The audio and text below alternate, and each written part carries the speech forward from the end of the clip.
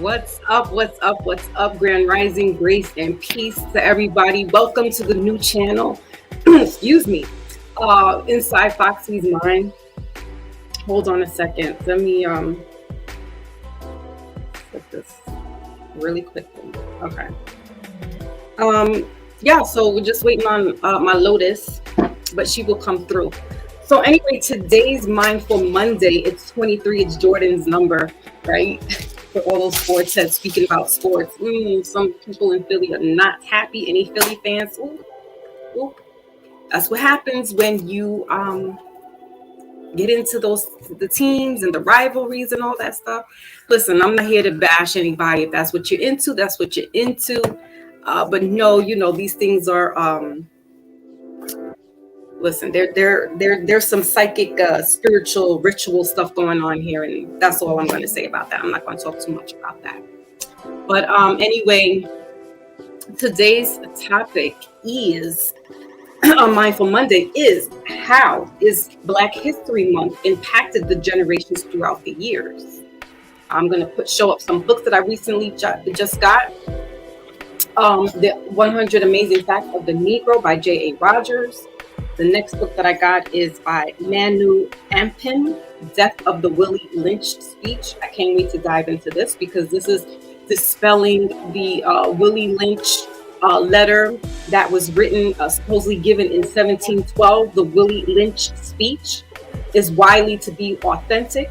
Actually, as revealed in this book, it is an amateurish and malicious hoax. Ooh. Unfortunately, many people taken in by this hoax has spread and championed it. An extreme example of this champion occurred in 1995 at the Million Man March. I talked about this a couple of Mindful Mondays ago. Let me just turn this down a little bit.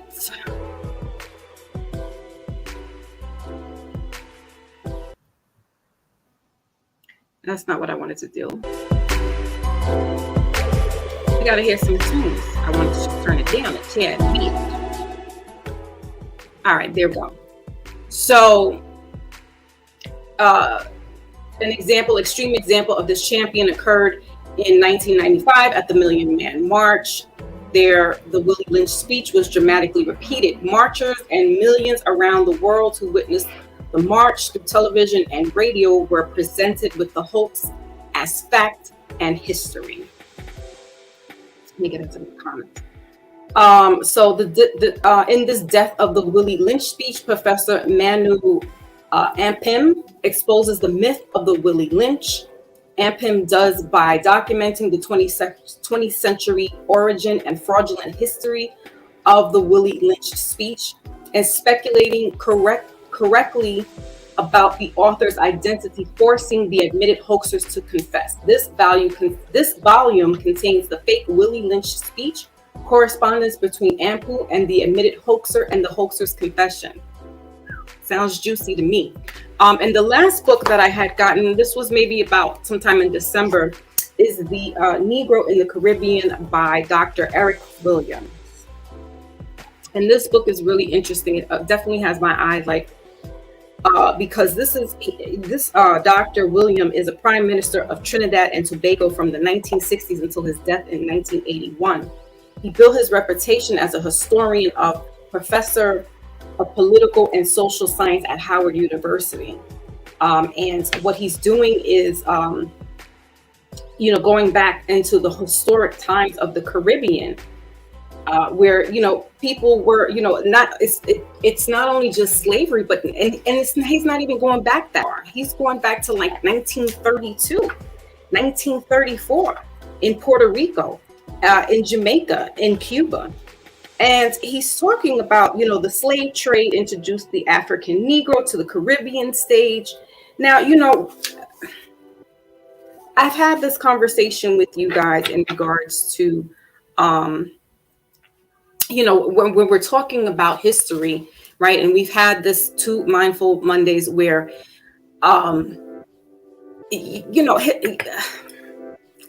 everyone is not out of Africa, right?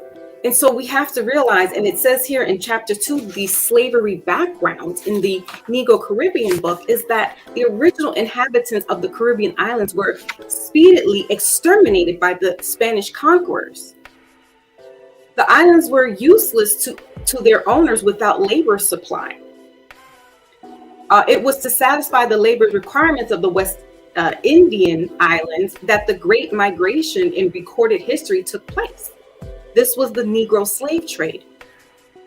The slave trade introduced the African Negro to the Caribbean stage. Now, we have to kind of pull this back a little bit. It also says the establishment of the sugar industry created the demand for labor in the West Indies. So, this is definitely, he talks about early, slavery and stuff like that. But then he gets down into the nitty gritty of wages, and the wages are like just in the 1930s. So this is not something that's so far, removed, so far from history that we can't remember. We still have grandparents that are around, born from 1934, or even, a little older than that. It's 11/11 on the time, but So again, I have questions that may or may not be answered. I don't really specifically want, I don't know if it is that I want answers, but it's definitely something that, we're in Black History Month, right? And I'm going to go into how Black History Month, which actually was started as a week, and it was called the Negro History Week, and it was by Carter G. Woodson. All right, so he's what you call the founding father of Negro History Week. And what it was is, I'm going to read a little bit off of that.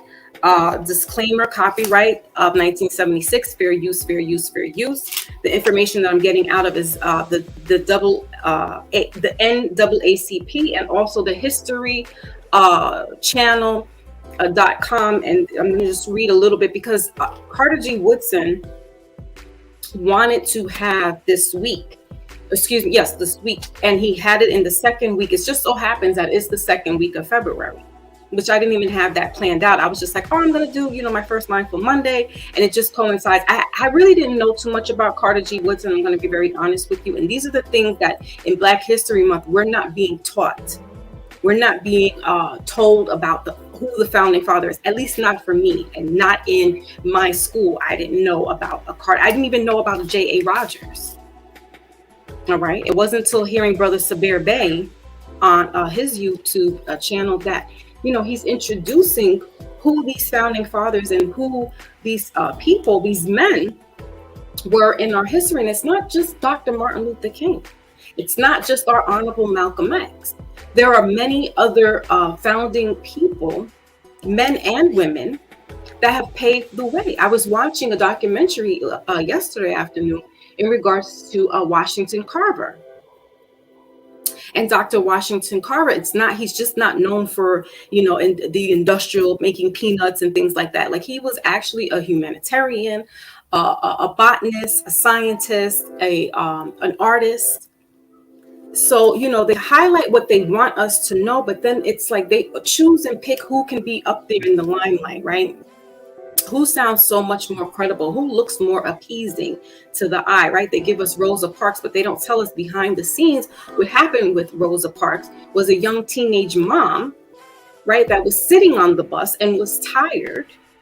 And that's where the altercation had happened in regards to her not wanting to get up from, her seat. Right. And Rosa Parks had worked in the NAACP for many years. Right. And she was an older woman, and that this happened to her as well. And she took it upon herself to, I watched a little documentary about her as well. And it's really coming from a young girl. And that was, that spearheaded this movement of boycotting the buses. But really, they didn't want to have a teenage mom, a Negro teenage mom at that, being the poster child or the poster person for the boycott. So they had an older woman who's seasoned, who works in the NAACP, and that this looks more credible than to have, a teenage pregnant Negro girl. So just briefly, I have my notes here, and I'm gonna briefly just talk about this.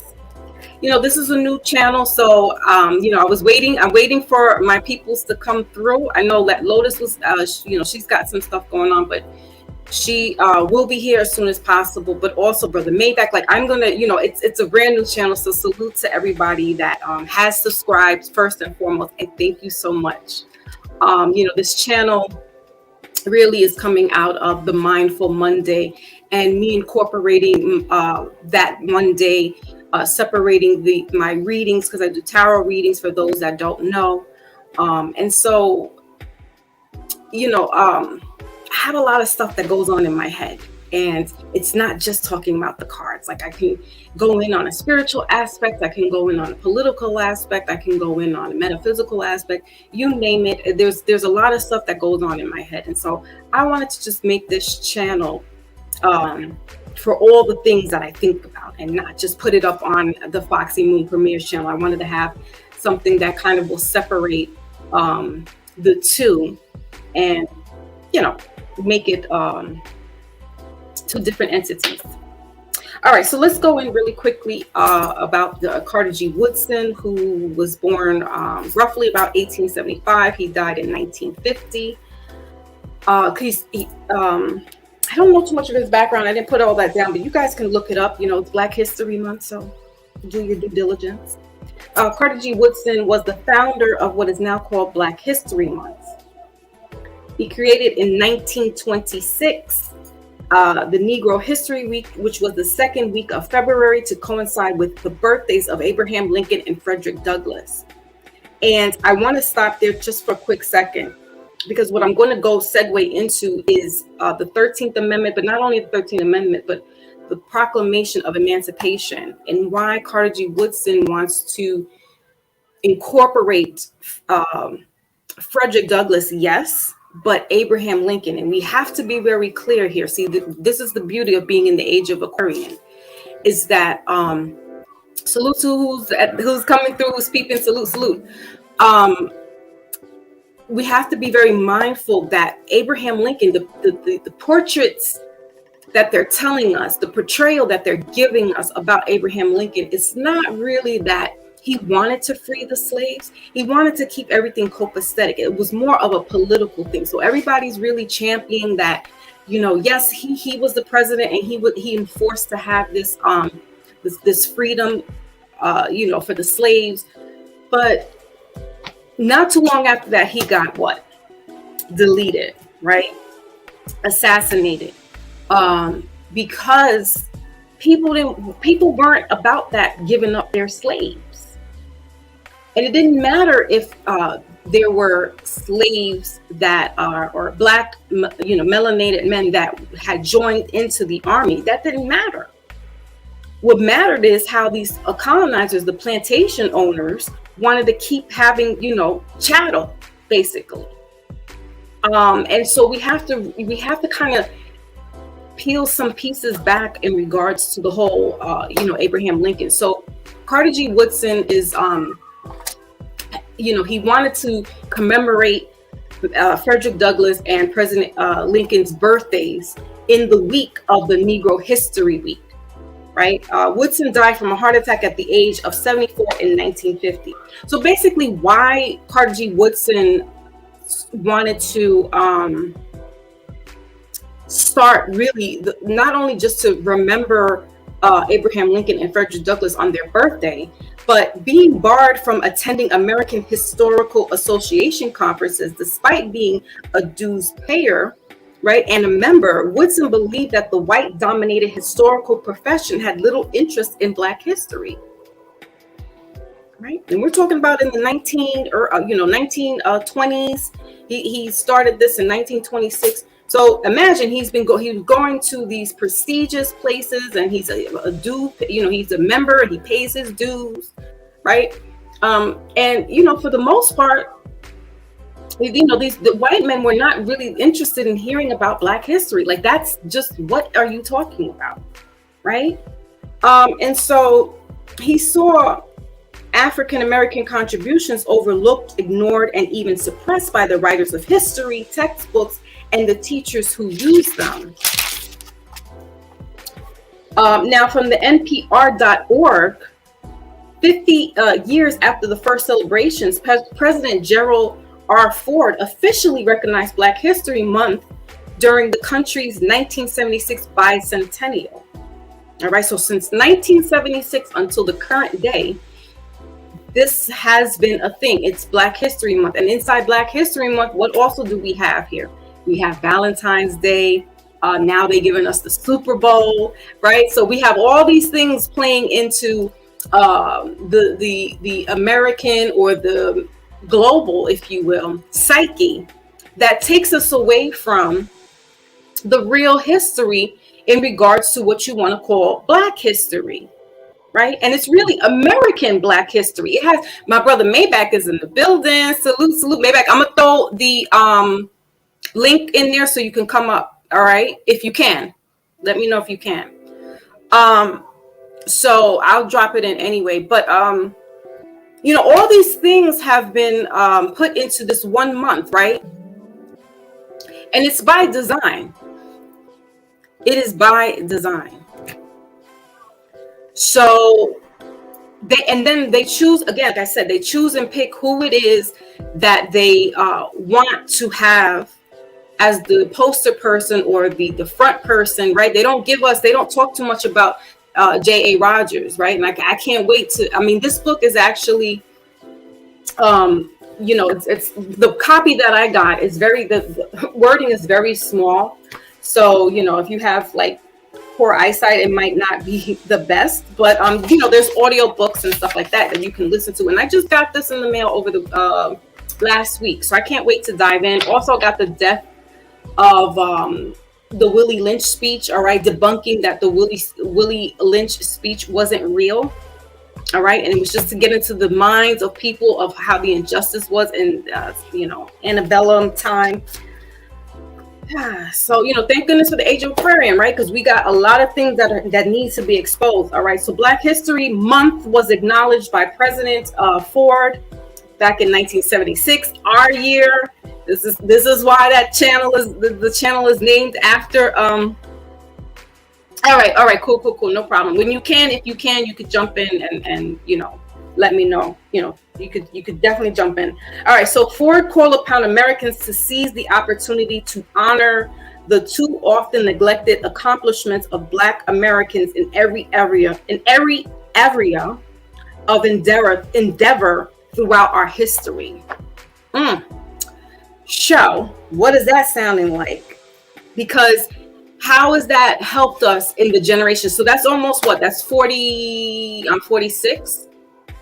46 years. How has the Black History Month helped or impacted anybody when we're still seeing police brutality, right? When we're still seeing, a couple of years back, there were people supposedly being hung by a rope, in various places throughout the country. Whether it was a hoax or not, I don't know. But the fact that that's still being prevalent and still being shown, right, in media, how is that honoring Black History Month, right? And then not only do you have the police brutality, but we also have what we call Black on Black crime, right? So it's like, what are we missing here? What haven't we learned? This is why I proposed the question today. How has it impacted generations? Because now that's about 3-4 generations in, right? And at that time when it was first created by or not created, excuse me, when it was first acknowledged by President Ford in 76, you had at that time the Black Panthers, and at that point they were getting dismantled, right? And they don't really like to talk about Huey P. Newton, Dr. Newton at that, who was one of the co-founders of the Black Panthers in Sacramento, California. They don't really want to talk about how he actually was a scholar and not a thug who just wanted to, walk around with guns and stuff. And before they had guns, they didn't. And they still were doing their due diligence for the people, their people. Now, the ammunition, if you will, was allegedly dumped into the community by nefarious groups of high-ranking people that can drop a whole bunch of ammunition down into the community. And so therefore, you guys got to, great thing about YouTube is that there is a lot of documentaries and stuff like that. And, the Panthers were infiltrated, and who had contact was this Korean man that introduced the Panthers to weapons, to guns. And I don't know, at that time, I'm sure they were able to bear arms over there in California. And this is why you see pictures of brother Huey P. Newton with the rifle, because they were able to have bear arms up there. But before that, they didn't have that. They didn't have it going on. My Lotus is here. Yay! What, you guys were hungover from Super Bowl? Man, listen, I didn't watch none of that stuff. My father, as a matter of fact, side note, my father calls me and he's like, "Oh, are you watching the Super Bowl?" And I'm like, "No, what are you talking about?" And he's like, "Oh, I thought you're into football." And I'm like, "Yeah, not anymore since my quarterback retired." And he's like, "Oh, because I'm here and I'm watching it and I'm waiting for Rihanna to come on." I'm just like, oh my God. But anyway, so segue back into, talking about Black History Month, because we're still in it. And Carter G. Woodson was, and I don't have his books. I don't have any of his books, but I will be getting his books. Who they don't really talk about in Black History Month. Like, I've never heard, Wally's in the building. Salute, Wally. Wally, if you want to come through, I dropped the link if you want to come up and talk about a little bit of what's the topic at hand. But I just wanted to talk really quickly before I drop the link again, because Carter G. Woodson had the, okay, no problem. I don't know. So maybe there might be a situation going on with the notifications. Oh man. Okay. So again, Carter G. Woodson was the founding father, if you will, in regards to Black. It was actually called Negro History Week in 1926. So from 1926 to 1976, and then Gerald Ford acknowledged and recognized that this needed to happen. The Black History Month, it shouldn't be just a week. You're going to recognize who in Black History Month, because you're choosing and picking people. You're not even talking about Carter G. Woodson. You're talking about, there was a glitch in my matrix just now. You're not even talking about the founding father. You're giving us, always talking about Martin Luther King. You're always mentioning, my hero, Malcolm X. And these are the people, or Rosa Parks. Right, you're not even really talking too much about a Langston Hughes. You're not talking about an Arturo Schomburg. You're not really giving us Marcus Garvey. You're not talking about the people who really paved the way, that started all this movement for the so-called Black people. And yeah, regardless of Marcus Garvey, wanting to go back to Africa and all that stuff, listen, his ideology was, he meant well by it. All right. But you're not, if this is Black History Month, they're not giving us these people. Like I just said earlier, I was watching a documentary yesterday of Dr. Washington Carver. And he's not just about peanuts and inventing, how to whatever with the peanuts. I don't even know what but he was a scientist, a botanist. He was an artist. He worked under Washington T. Booker. out there in Tuskegee, Alabama, right? So they don't talk about all these innovators and inventors and things like that. They don't talk about even Madam C.J. Walker, right? They don't give us too much of that. They give us these people who look a certain kind of way for you, who looks morally okay, and they're going to put them up there. But they don't talk about the people behind, like really behind the scenes, or the grassroots people, right? And so Carter G. Woodson, who wanted to have the second week in February to remember Frederick Douglass, who was one of my heroes as well, and Abraham Lincoln. Now I'm going to go into a little bit with Abraham Lincoln really quickly. Fair use. I'm reading out of the history.com, and I was reading the 13th Amendment. So hold on a second. So the proclamation, right? Emancipation Proclamation. If we read this thoroughly through,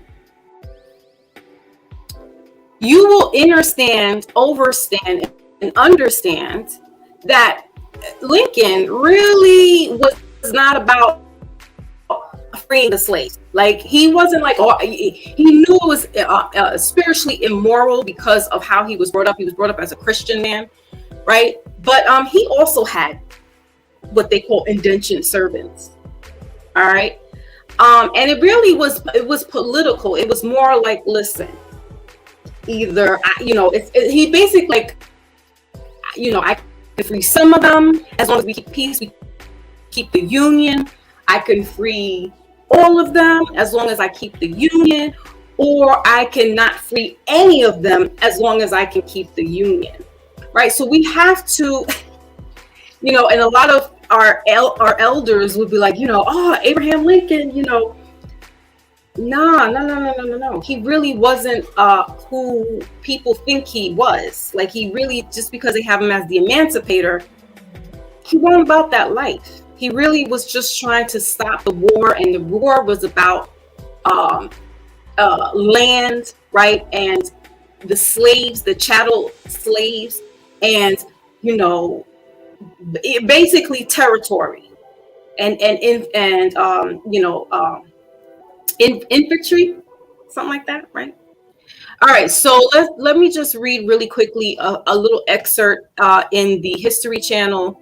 All right, the impact of the proclamation, the impact of the Emancipation Proclamation. All right, as Lincoln's decree applied only to territory outside of the realm of his control, the Emancipation Proclamation had little actual effect on freeing any of the nation's enslaved people. But its symbolic power was enormous, right? So that's really just what it was, guys. It was more of a symbolic thing. And he said he knew it was morally wrong to have people as slaves, but business is business. And, the European white people were tired of being enslaved by the other European people, right? So we're going to dig back history. We got to dig it all up. As President Donald Trump said, drain the swamp. All right. So we got to drain the swamp and see what's in there, because what they're giving us is mirror images and reflections of what could look good and what seems nice, and symbolically power that, it was a symbolic power move, right? As it's announced freedom for enslaved people as one of the North War aims, alongside preserving the Union itself. That's all that it was.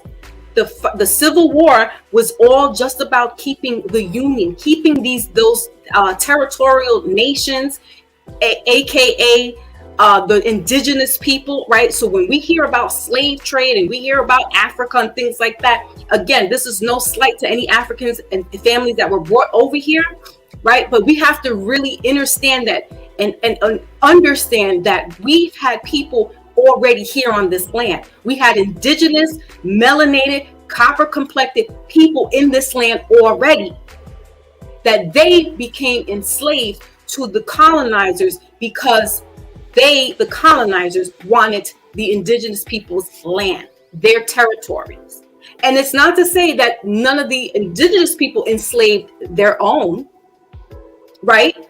But we have to break apart the history that they're giving us so that we can really see the bigger picture here. All right. So nations like Britain and France, which were previously considered supporting to the Confederacy to expand their power and influence, backed off due to the steadfast opposition to slavery. So, and remember, Britain and France, they were already starting to colonize, you got the New Orleans, Louisiana, and in Haiti, you had the French down there as well. Britain, and now if you're going to think about Britain, think also not just the 13 colonies, but also the Caribbean and Central America. All right. So they weren't really about, this type of, they already had some issues going back. So this is why the Britain and France weren't like, we're not, basically our pockets are not going to be lined with this war. We have no horse in this race, basically.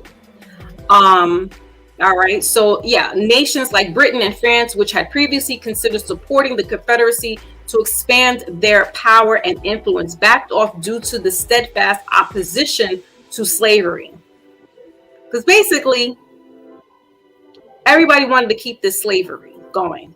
All right. Black Americans were permitted to serve in the Union Army for the first time, and nearly 200,000 would do so by the end of the war.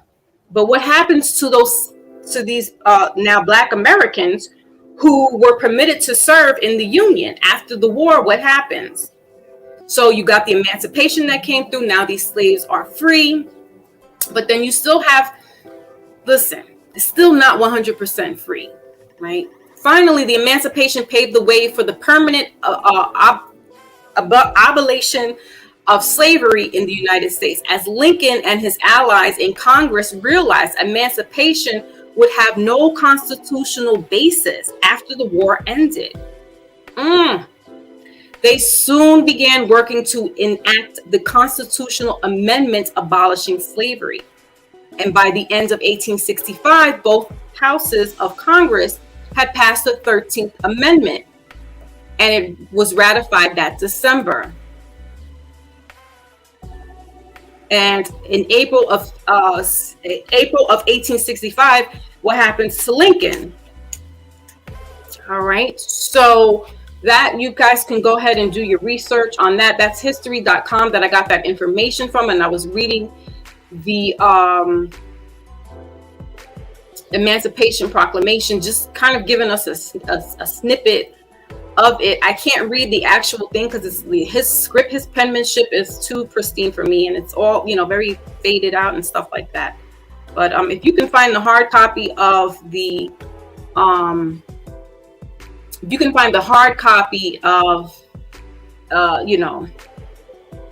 salutes everybody that's coming through.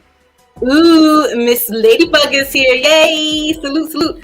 All right, so I'm going to drop the link down now. If anybody's interested in coming in and giving their take about what's happened to Black History Month and how do they feel about it, because to me it's almost like a slap in the face, right? It's really it just makes us sound good, but what are we really doing? You know what I mean? Like, what's really going on? Because again, as I mentioned, we still got what they call black on black crime, right? We're still hating on one another, right? And we're still getting police brutality. Oh yeah, and guess what? There's still what we call discrimination, biasness, and prejudice against melanated people. So you give us this month for what? Because nobody's really acknowledging that. No one, even now to this day, is really taking it seriously. All your greats, if Ford just gave it to us in 1976 and gave us a month, that was one of the last of that generation to really embrace what it was to be Black and proud. So I'm going to get my brother Maybach up here. All right. Salute. Salute. Grand afternoon. How you doing? Grand afternoon. Thank you. You guys made it through. Yay. Yeah, I know. Were you watching the game last night? Yes, I was. I was up till I went to a party, so I was out till 3 a.m. Yeah. No, but it was a good environment. It was like a Good.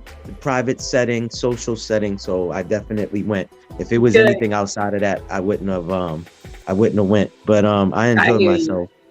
Yeah, definitely enjoyed myself. Oh yeah, I wanted to piggyback off what you were saying, right? Uh-huh. Um, when the freeing of the slaves was written by Abraham, people think that this, we didn't have slaves like right after. It took like still like another 2 to 4 years before slaves got freed. So that's another thing that they really don't um really like let you know. They just say, oh yeah, well, Abraham Lincoln wrote the what is it called, Emancipation. emancipation. Right. Yeah, emancipation, and then to free all the slaves, and people really assume or think that it happened right then and there, but that didn't happen. Another thing that I learned too as well, why we had our own people as slave owners, is because, like you were saying earlier, when you was touching up on the colonizers needed someone that looked like you to control you. You know what I'm saying? Because think about it. If I look like you, I can keep you in order compared to them coming over here and the person looking way completely different from you and trying to colonize, take your land and stuff like that. So that's another thing, like a lot of people don't know, or the information is coming out that we had our own cons that were slave owners as well. Right. You know what I mean? Right. And I watched something interesting. I'm trying to find it. A lot of stuff I be losing, man. It basically was talking about like whose agenda was it to basically take us out as indigenous people and make it the Native Americans as the indigenous people.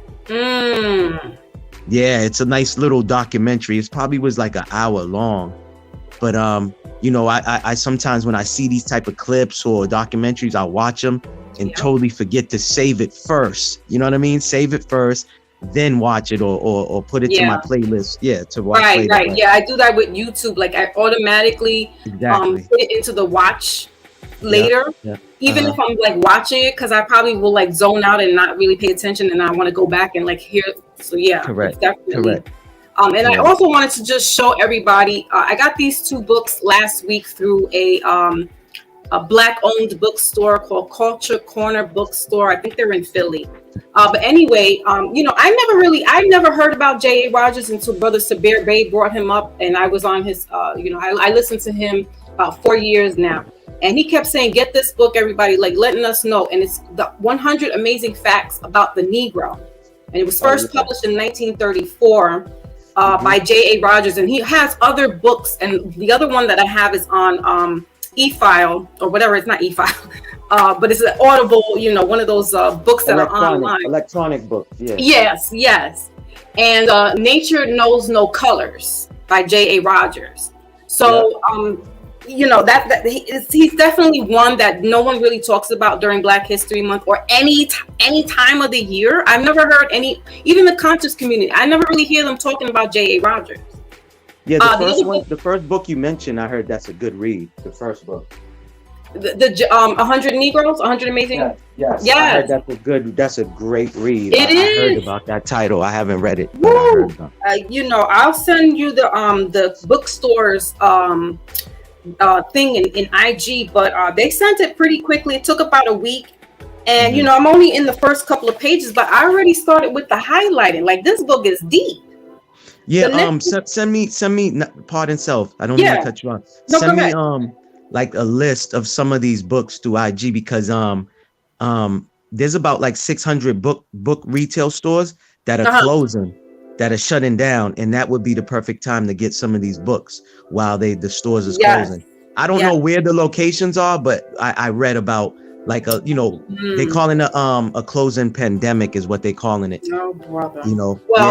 Nicholas Bookstore, the Culture Corner, also DTR 360. These are melanated people. Doesn't that But if you want to do anything for Black History Month, you would want to go to a Black owned store and get your books. All right, you can get them online. Salute to Anzog, my brother Anzog is in the building. Salute. The other book that I got that I ordered at the same time was Death to the Willie Lynch Speech. And he says, supposedly, given in 1712, the Willie Lynch speech is widely believed to be authentic. Actually, as revealed in this book, it is an amateurish and malicious hoax. Ooh. Unfortunately, many people taken by this hoax have spread and championed it. An example occurred in 1995 at the Million Man March. There, the Willie speech was dramatically repeated. Marchers and millions around the world who witnessed the march through television and radio were presented with this hoax as fact and history. This is going to be a real good book. And then the last book that I'm going to show you guys again, I have a couple of others. I bought W.E.B. Du Bois not too long ago. You guys know how I always show the FBI war on Tupac Shakur. All right, the alphabet boys are big with all this stuff that's going on right now. And the last book that I want to show us is the Negro in the Caribbean.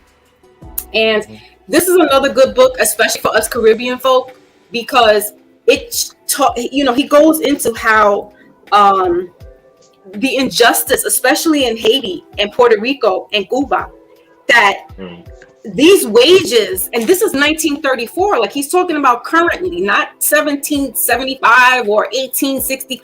He's talking about 1934, that the indigenous people that were there, the wages were, despicable. Correct. Their housing was disgusting. Definitely. And they treated our indigenous family like, So go ahead, Brother Maybach. Nah. I was just saying, I know about that. Just like back in the days, the Haitians that was living in Dominican Republic, things was happening in Dominican Republic in the DR, and the DR people was talking, and they talked to the president about it, and the president put a group together and said, we got to put a stop to these Haitians. So there's a word that this is how they found out who was Haitian and who was Dominican. And with French, we don't really roll our R's, but Latin. Well, how do you say it? How do you say it? Huh? No, I don't remember the word. I don't remember the word, but the word, basically you have to roll your tongue with the R, right? Uh-huh. So they was making the Haitians pronounce the word, and anyone who wasn't rolling their R, they was getting slaughtered, right? So this is a true fact. So long story short, they were supposed to give back reparations to every family that, Haitian family that lost somebody during that tragic time. So the government is so corrupted, by the time the families got the money, everybody got like $1, literally $1. Ooh, damn. Yes. Yeah, you can look this up. Yeah, it's the president of Dominican. I forgot what is it called, but it's something about the Dominican president was like lynching Haitians, like something pertaining to that. Like, yeah. And you'll see the story that I'm talking about. Yep. So here's the other book that I was talking about, the FBI war on Tupac Shakur and other Black leaders, the U.S. intelligence murderous target of Tupac, MLK, Malcolm, Panthers, Hendrick, Marley, rappers, and linked ethnic leftists. This is by John Potash. This book is not one of these like a novel kind of thing where you can just like read it and then this is something, again, that you got to go through and digest it, highlight it, and then let it sink in for a minute, because it's like, what? I think they tell on themselves personally, because it's not a coinky dink like Cameron would say that. You just mentioned that all these names that's in that book that they all was doing surveillance on, and they all, got taken away. Right. You understand what I'm saying? Every single one got taken away, and they were all being surveillanced. Right. Like, come on. So, that's all I have to say. Go ahead. The other book that I got is the which they don't talk about as well. Now, if again, no slight to the Panthers, because the Panthers are they put a stamp in history, but they don't talk about Mama Fini Shakur, who herself and 20 other Panthers were arrested, and they went to trial. This is Tupac's mother now I'm speaking of.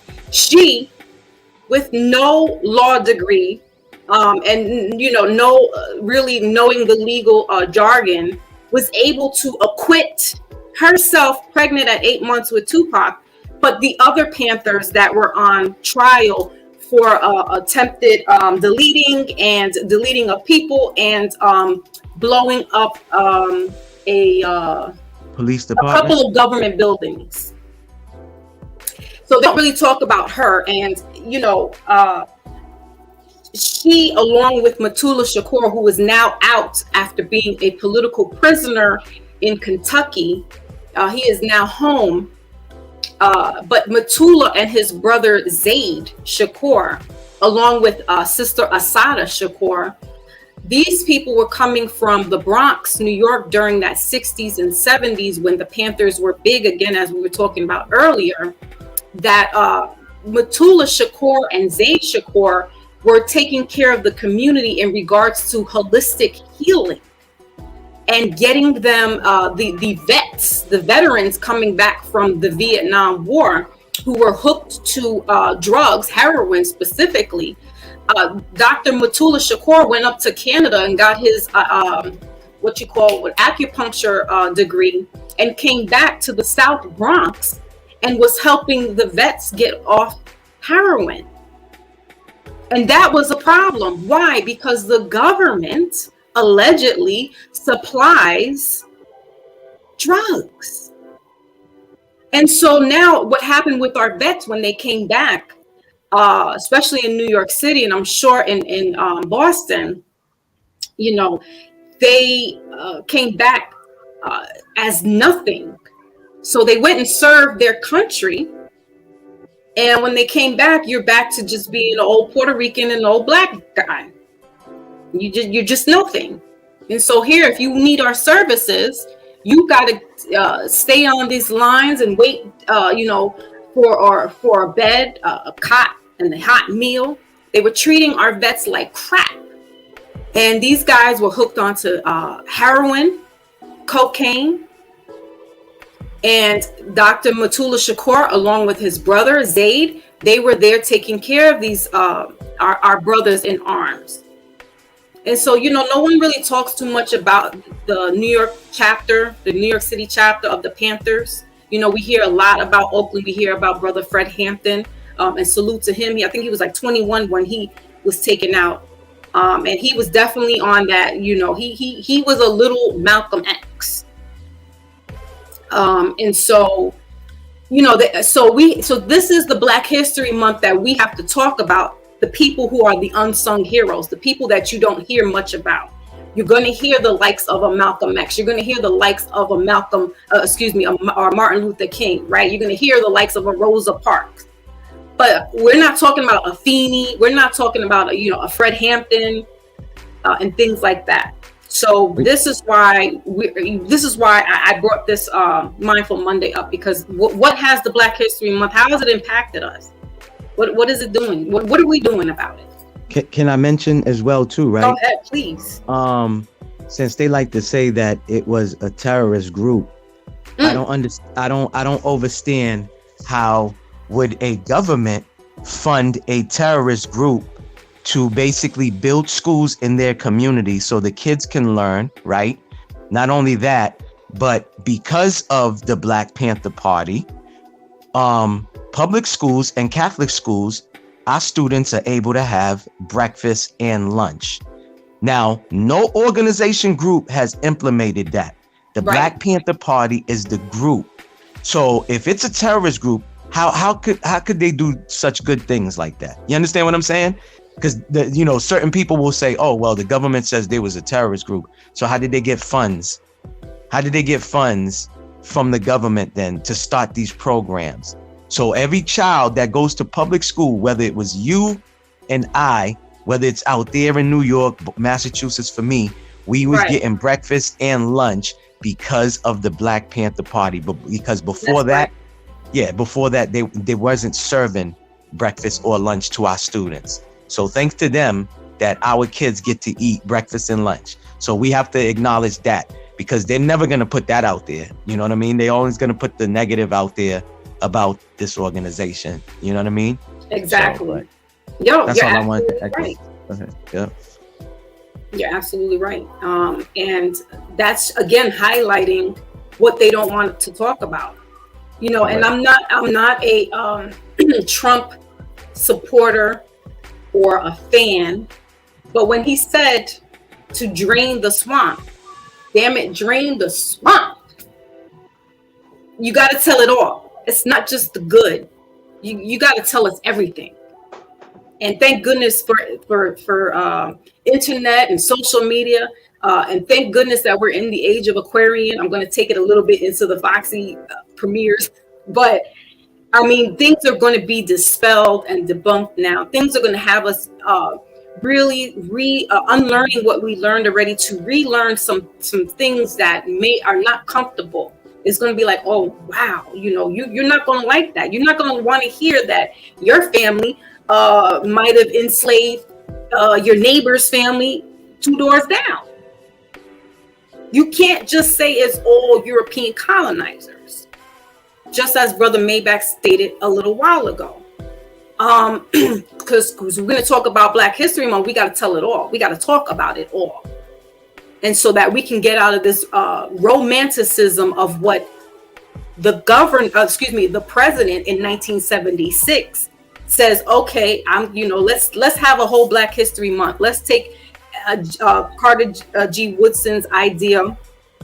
And I don't even know if he even mentioned that. I'm sure he had, but Carter G. Woodson is the founder, or not founder, but he coined the term Negro History Week back in 1926, and that was to highlight. And he specifically did the second week in February, which coincidentally I didn't know.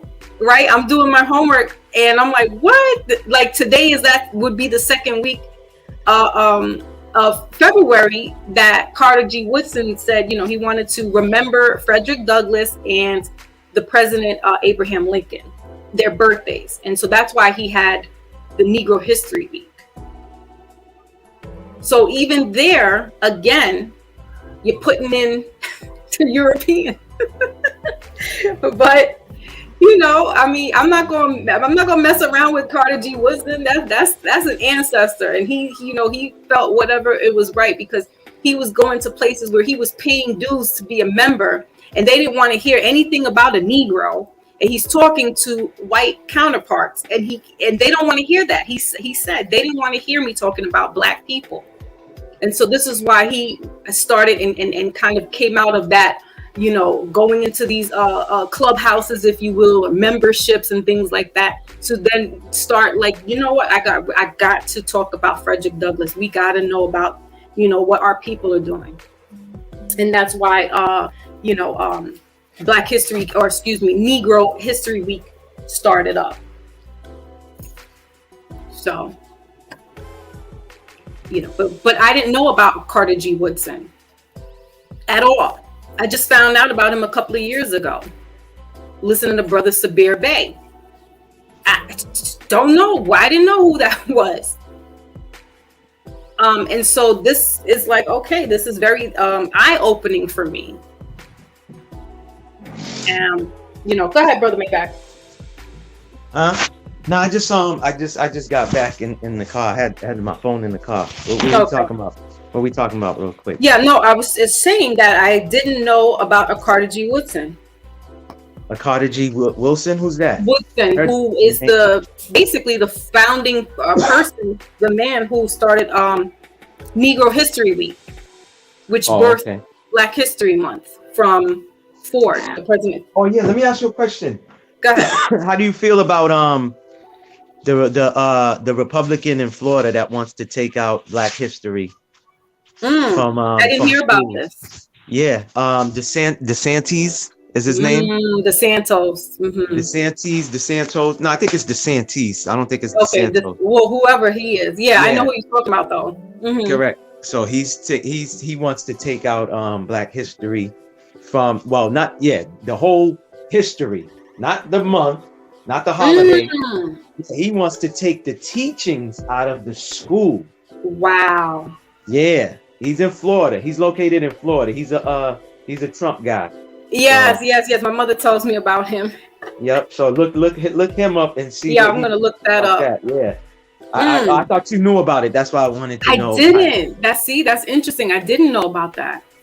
Yeah, he wants to take it Wow. out.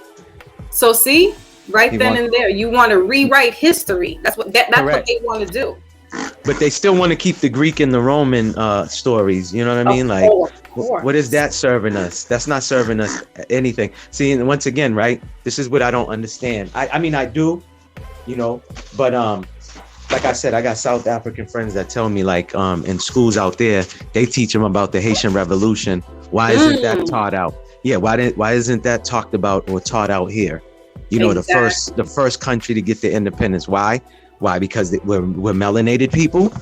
You know what I mean? And not No, because Europeans that's or something. revolution. That's why. Correct. Ooh, my beauty queen's in the building. Salute, Raz girl. Yeah, that's revolution, and you cannot have melanated people trying to revolt. Correct. Not again. Correct. We're not doing that again. That's why I tell people. That's why I'm telling people, like, too, stop subscribing to his story. Like, really get to know what really happened. You know what I mean? Not his story, but the real historical event that actually took place. You know what I mean? That's totally different from someone's story. Because once again, like I said, for the last 3 years, I have came around to not really want to subscribe to what they told us, you know, and from, like I said, the research that I've done shows that no ship at that particular time can carry that many people from over there to over here. Correct. You know what I'm saying? So not saying that these stories, some of these things. Yeah, exactly. But that whole thing about bringing, you know, tons and tons or millions on millions of people over here, like, okay, stop. What happened was y'all landed here and it was like, hey, oh, this looked like some nice place we can settle into, and started walking and was like, hey, hold on, what's that? Who's that down there? And noticed that there was people here. You know what I'm saying? That's the fact of the matter, you know? But again, you know, they bamboozled us, you know, played, you know, those semantic mind games with us. Hey, we'll give you this if you do this for us, you know what I'm saying? And stuff like that. And that's how we got swindled and bamboozled into giving up our land and our property. And then these are the same people that we was growing stuff, try to retell us, no, the way you was growing the crops is not the right way. This is the way. Yeah, and that's why I said I need to find that documentary, because it's all in there on how we was teaching them how to do things, and they was saying the way we was doing it was the wrong way. We needed to do it this way. And it breaks all that down. Like, yeah, we was teaching them how to grow crops. And then they say, nah, that's not the way. This is the way we want you to grow crops. This is the way we want you to teach in school. So they use us. Like, you could look at it too, because it kind of touch up on the movie Life, on how this main security had a black guy to keep the melanated guys all in line. You know what I mean? It's kind of like how Django, Samuel L. Jackson was the house Negro in that movie, behind the white man. Yeah, so that's what happened back in the. Well, I want to welcome Brother Wally to the platform. This is his first time up here. He's coming out of the JVJ network. Salute, Wally. What it do? What it do? What's doing? Not much. Well, I did want to touch on the that comment earlier of the Rob DeSantis. DeSantos, whatever. Because I'm in Florida, right? So. Oh, okay. Do tell us. Yeah. No, I covered it a little bit, right? It wasn't the fact that he was pushing back on the whole idea of Black history being taught before, right? You know, Black history basically American history, and separate one from the other. But my thing is, he said that he did not want indoctrination. And he said the course was teaching indoctrination. Like, as far as what I've been reading, as far as the articles that are in there, they're talking about queer theory, they're talking about Black feminists, and all these shit. I'm like, okay, I don't know where this intertwine with the beginning of history as far as people coming to the land or people amongst the land. I'm like, so for me, it's like, okay, if you're teaching this type of stuff, it's like, then it makes no sense. So I see why he pushed back on it. But ultimately, I'll say this though. I mean, those were the type. Like there was one part I will say that I had to push back on with amongst him trying to cancel a part where they were talking about reparations. I was like, okay, nah. Like, yeah, I can't escape that. Like, let's be real here. Yeah, I can't escape that. Mm-hmm. But other than that, I mean, honestly, look, I think anybody could have been smart enough to be like, you know what? You look at this, you look at that, and then you'd be like, all right, look, I don't want this, I don't want that. Like that's borderline across the board. Like, nah, I ain't dealing with this. They could have cut certain parts of the course out, and then been like, I can keep the rest. So it's not like you gotta just cut the whole thing. Exactly. So that was my thing about that. But other than that, all the other stuff, anything that had to do with indoctrination stuff, like I think that was the thing right there. Like, so in that ish, like, you know, I'm sorry, I got to do it. I hear you. Well, you know, because I didn't know anything about what was going down there.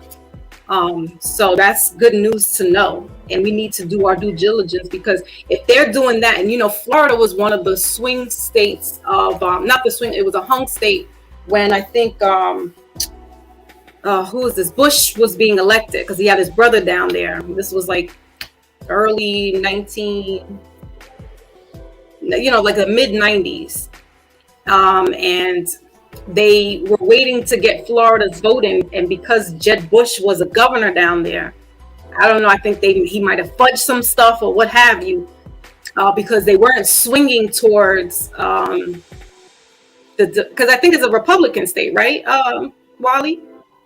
If I'm not mistaken, yeah. Yeah. So, you know, politics at its finest, but so Florida's one of those you got to watch them, because yeah, it would be Republican, because if Trump DeSantis is a Trump person and Trump is a Republican. Yeah. You know, that's a shame that they would want to do that somebody would want to take that all out of the curriculum and things like that. But you know what? In some ways, what they're teaching in the curriculum is this folklore that not all of that stuff that happened is true. Right. Because what was crazy to me was, right, because this was the crazy part, right? So if I'm not mistaken, there was a core factor of people, like there was 4 sets of people. It was among students. I forgot what it was exactly, but it was students, got some members of other people, and it was like 4 sets of people, right? 4 group of people. They were basically helping to make the course. So my thing is, this was the crazy part for me. Out of these 4 people, you trying to tell me no one didn't push back on none of these other topics to make this history? That was weird for me. Like, how are you going to sit here and tell me that all this was in history? Like, I don't know what type of course y'all selling, but it was crazy. Like, I just look back at it, I'm like, well, how does that make sense? Right.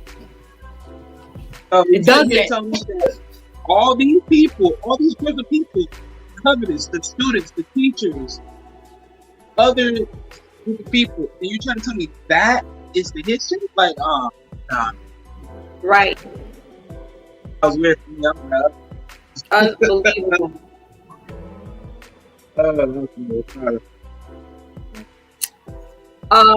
Now, have you heard of Carter G. Woodson before, Wally? Did you know who he was? I was listening. What's that? That's I haven't heard of him. That's why I was mostly listening. Yeah. And neither did I until about 4 years ago. And that is where the Black History Month is coming out of, because he had started Negro History Week back in 1926. So, and these are the things. Now it's 2023. Gerald Ford, the president Gerald Ford, back in 1976, made this the Black History Month. But you know, no one really talks about who the founding father of started the Black History Week. Nobody really talks about that. The school system doesn't talk about that. They want to give us Martin Luther King, no disrespect. They want to give us Rosa Parks, no disrespect. They want to give even my hero Malcolm X, no disrespect. But these people, they're not, the other people, they're not talking about, you know, the Madam C.J. Walker. They're not talking about a Langston Hughes. It's only if you go into certain departments, music and art, you may hear that. But globally, like, nobody really knows who these people. Nobody knows who J.A. Rogers is. Some do. I'm not going to say nobody. There's a lot of good factors out there that no one knows about. There's a lot of what? Say that again. You know what I'm saying? There's like a lot of behind the scene people that we still know about, but they'll never let us know. Exactly.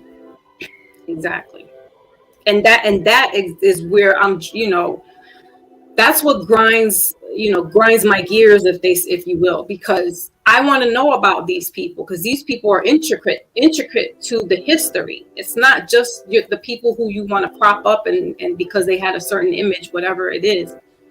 You know, there's a lot of I want to say underground. Oh, they give us Harriet Tubman, you know, but they don't talk about other people who were part of the movement of the Underground Railroad.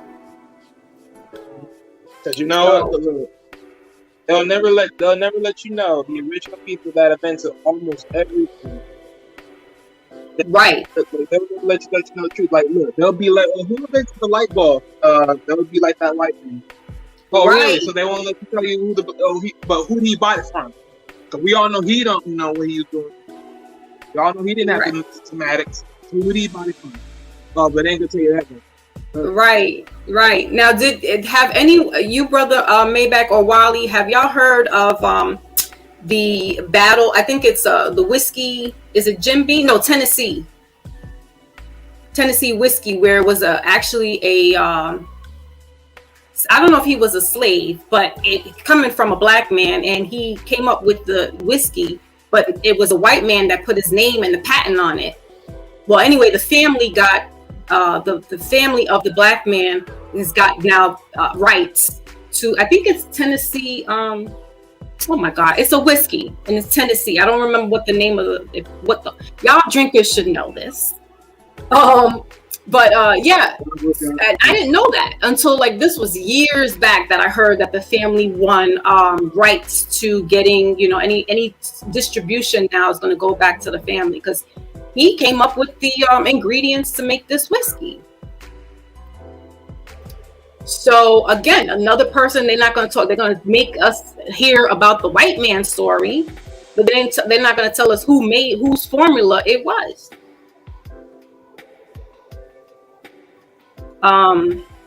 There also was a story out in California very recently, the Bruce Beach. I'm not sure if this was San Diego, but anyway, the family, it was a black-owned beach way back in the days, and they sold it to the white people essentially because no one wanted to keep up with the maintenance of the place. It was like a resort area where it was really just for melanated people to, you know, have fun and congregate, because, you know, segregation was real. And so they had their own beach. Now, what the family went and did was they got awarded the beach back, or the property, but then they sold it back to the government for I don't know, millions of dollars less than what its value prices was. I'm like, great. So here we are, we're talking about reparations, and now this family got their reparations and they went and then sold it out.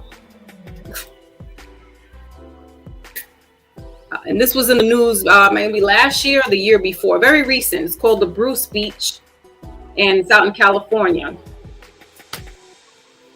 That's mind-baffling. It's like, why are you going to sell it back out to the same people that took it from your family? Matter of fact, they took it, and it was the original owners did not negotiate with the white people. The white people went and took that property. That's what happened.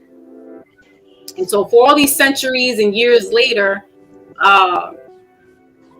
the new generation fought in court court for it, and they got the beach back. They got the land back and the property, all for them to sell it back to the government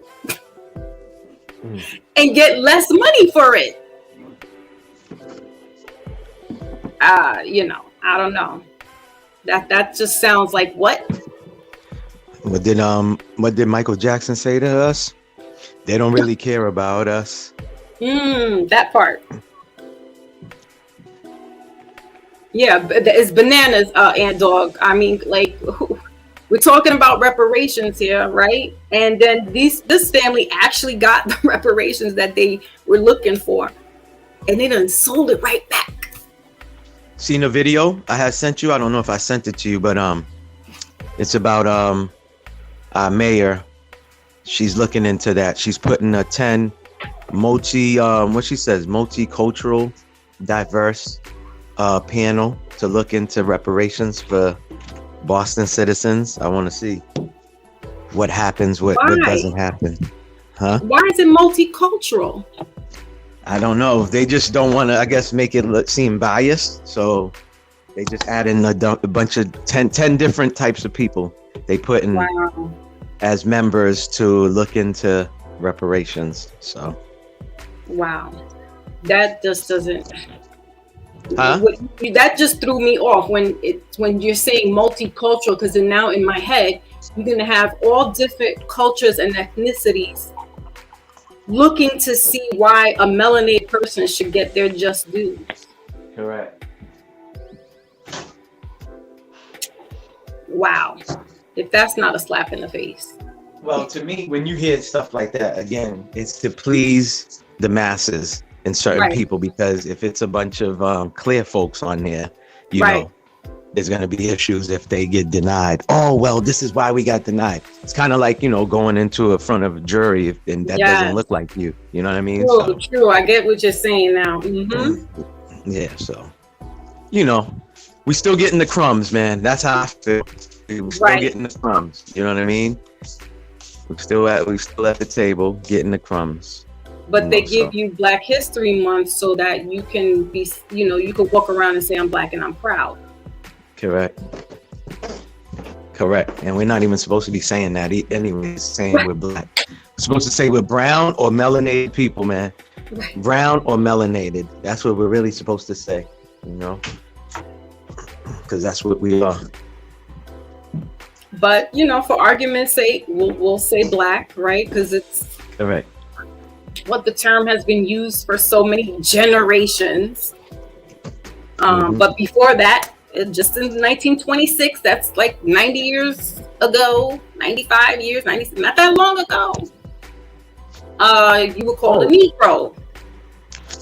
Oh, can I salute somebody? Since Absolutely. It's Black History Month, I'm gonna praise a coon.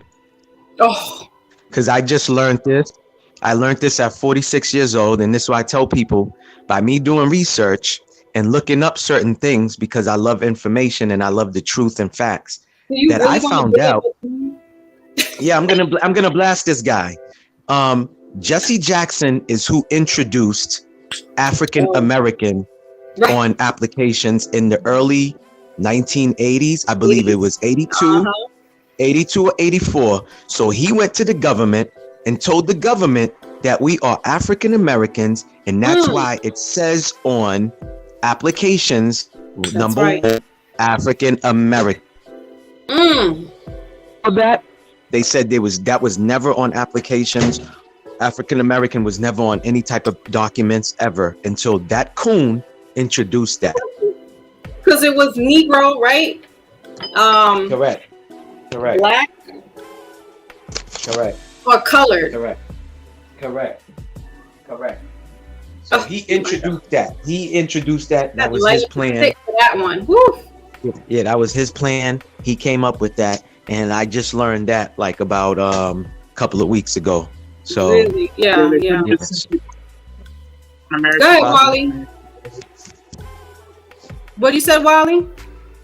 I'm saying they just couldn't simply just call you a Black American or Brown American because you're wrong. Right. Oh, and don't forget that they had to make it complicated and say, "Oh, you're an African American." Now it's like, oh, yeah. Right. Correct. Not, and I don't know if he stepped foot in Africa at that time when he was saying that, but he did. He went out there. He had he had the whole news with him. He had a bunch of cameras. He wore the dashiki on him. He did the whole he did the whole spill. Yeah, he did the whole spill. Afro. He had an afro at that time. Yeah, he did that whole spill. Yeah, exactly. He did that. OMG. You know, and we have to look at God bless the ancestor Marcus Mosiah Garvey, but he was the one that was talking about going back to Africa, and that was 100+ years ago. Correct. Again, no disrespect, but you know, they looked at all those people over there. They look like us, right, complexion wise. And so I can understand why he would say, let's, you know, go back to Africa. Correct. But now the generations after him, currently at this point, we are starting to know a little better that no, sir. Some of us were actually here in the Americas already. Well, but think about it, right? And you know, I've been throwing this around a little bit, but think of it like this, right? Mm-hmm. When the world started, right, we were just on one continent, correct? Oh yeah, essentially. If you're talking about Pangea. Yeah, but basically we're on one whole continent, right? So basically, whatever part that we were amongst America that we call today, right? You split that part off. So whoever's on that part of the land at that time, they were still there, right? So of course, like, how can you sit here and say people weren't there? Correct. So that's why I'm saying, like, that makes no sense. Correct. You can't sit here and say you shit people here. Like, that shit make no sense. Those people already ahead of you. Exactly, and that's what I was trying to say earlier. Like, I came around to not subscribing to the infamous story that they want us to be programmed with in our mind. You know what I mean? They said the ships that they saying that they carry these people on, there's no possible way that they can make them type of ships back then at that time. You know what I mean? So just listening to that from an expert, who am I to go against what the expert is saying when this is what he went and studied for? You know what I mean? So that's why I said, like you said, they came here and thought this was all free and there was no one here. And like I said, they probably walked whatever they was doing and saw people off in the distance and realized there was civilization. You know what I'm saying? Yeah. So. Right. But see, that's the crazy part, because it's like, okay, well, yeah. I mean, look, they already told on themselves, right? Because when they said that they came to the land and found the land, well, they found people here. So my thing is, look, you just told on yourself. You found people here, but the only difference is the people that you say that you found wasn't the people that you found. Correct. Exactly. And that's why I said earlier, right before you came on, I was asking Foxy, like, whose agenda was it to take us out as indigenous people and say it's the natives that are indigenous? Whose plan was that? Who's the person behind that? You know, it's a guy. You know what I mean? Is he European? Is he British? You know what I'm saying? Like, that's what I want to find out, because like I said, the documentary that I was seeing, I kind of like was skimming through it and it was touching up on all of that. Like, we are really the indigenous people. And then it was the natives. So whose idea was it to switch it around? You know what I'm saying? Whose idea was it? You know? This is how the game goes, though, right? When you don't got the history all aligned, everybody else can tell what your history is. Correct.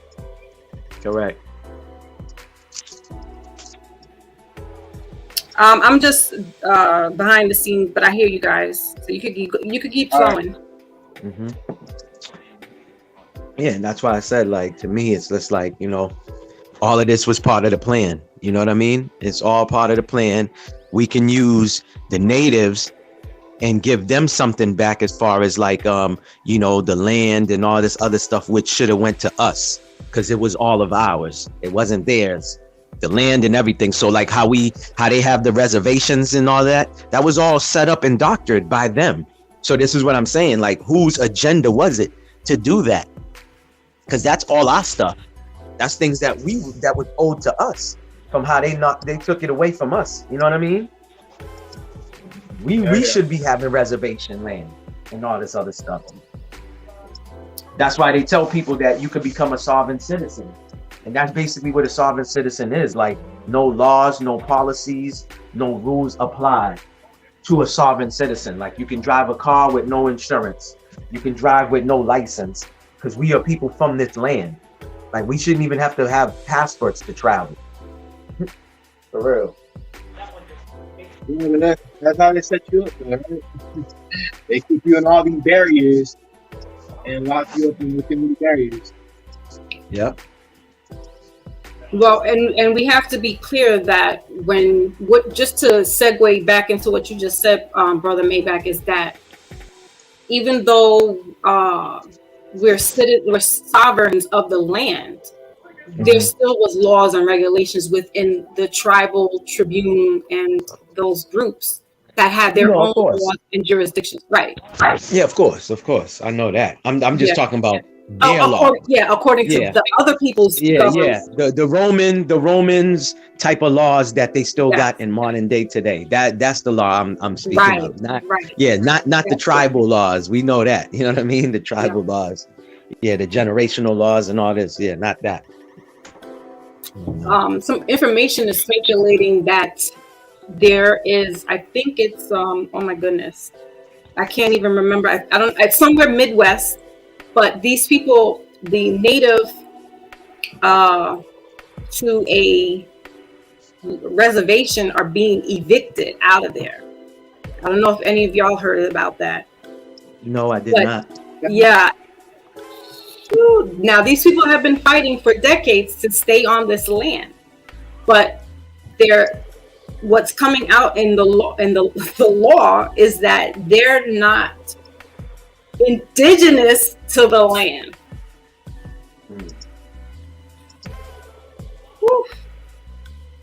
Yeah, so they're being evicted. Huh? So that's what happens when you gotta have your papers. That's what they'll tell you. You gotta have the papers, all that other stuff. And some of these people don't have the papers. It's only word of mouth. Oh, my great grandmother was, she's native to the land and so forth and so on. But they have no real, documents to show that. And so the people who don't, they have been evicted. They had a 48-hour get all their stuff out, and then they were getting put up in hotels or wherever, and anybody found caught back in the land were getting arrested. That's wild. And this is recently. This is within January or so that it took place. That's crazy. So if you know your genealogy, that's one thing. And that's the I kind of feel sorry for them, because the people calling them the $5 Indians. But here's the thing. The eviction part is wild, because these people have been living on that land for generations. And so for the United States corporation to say, well, you don't have any documents, you can't live here, it's almost like now I'm wondering what's going on that you're trying to get over there into that land. Because I don't know if any of the indigenous people can get to that land and claim it. But if the corporation is stepping in and saying, well, you don't have any jurisdiction in here, I'm wondering now, what are we going to do? Because there's a lot of this, we need to claim our territories, and we need to claim back, our sovereign citizen, claim indigenous. But if these people, the corporation I'm talking about, can now say you don't have access to this land, how is that all going to work out for the people who are indigenous to the land? You really can't. That's how the reparations is not going to make sense, because how do you prove that you were really indigenous to this land? That's not by blood testing. Judge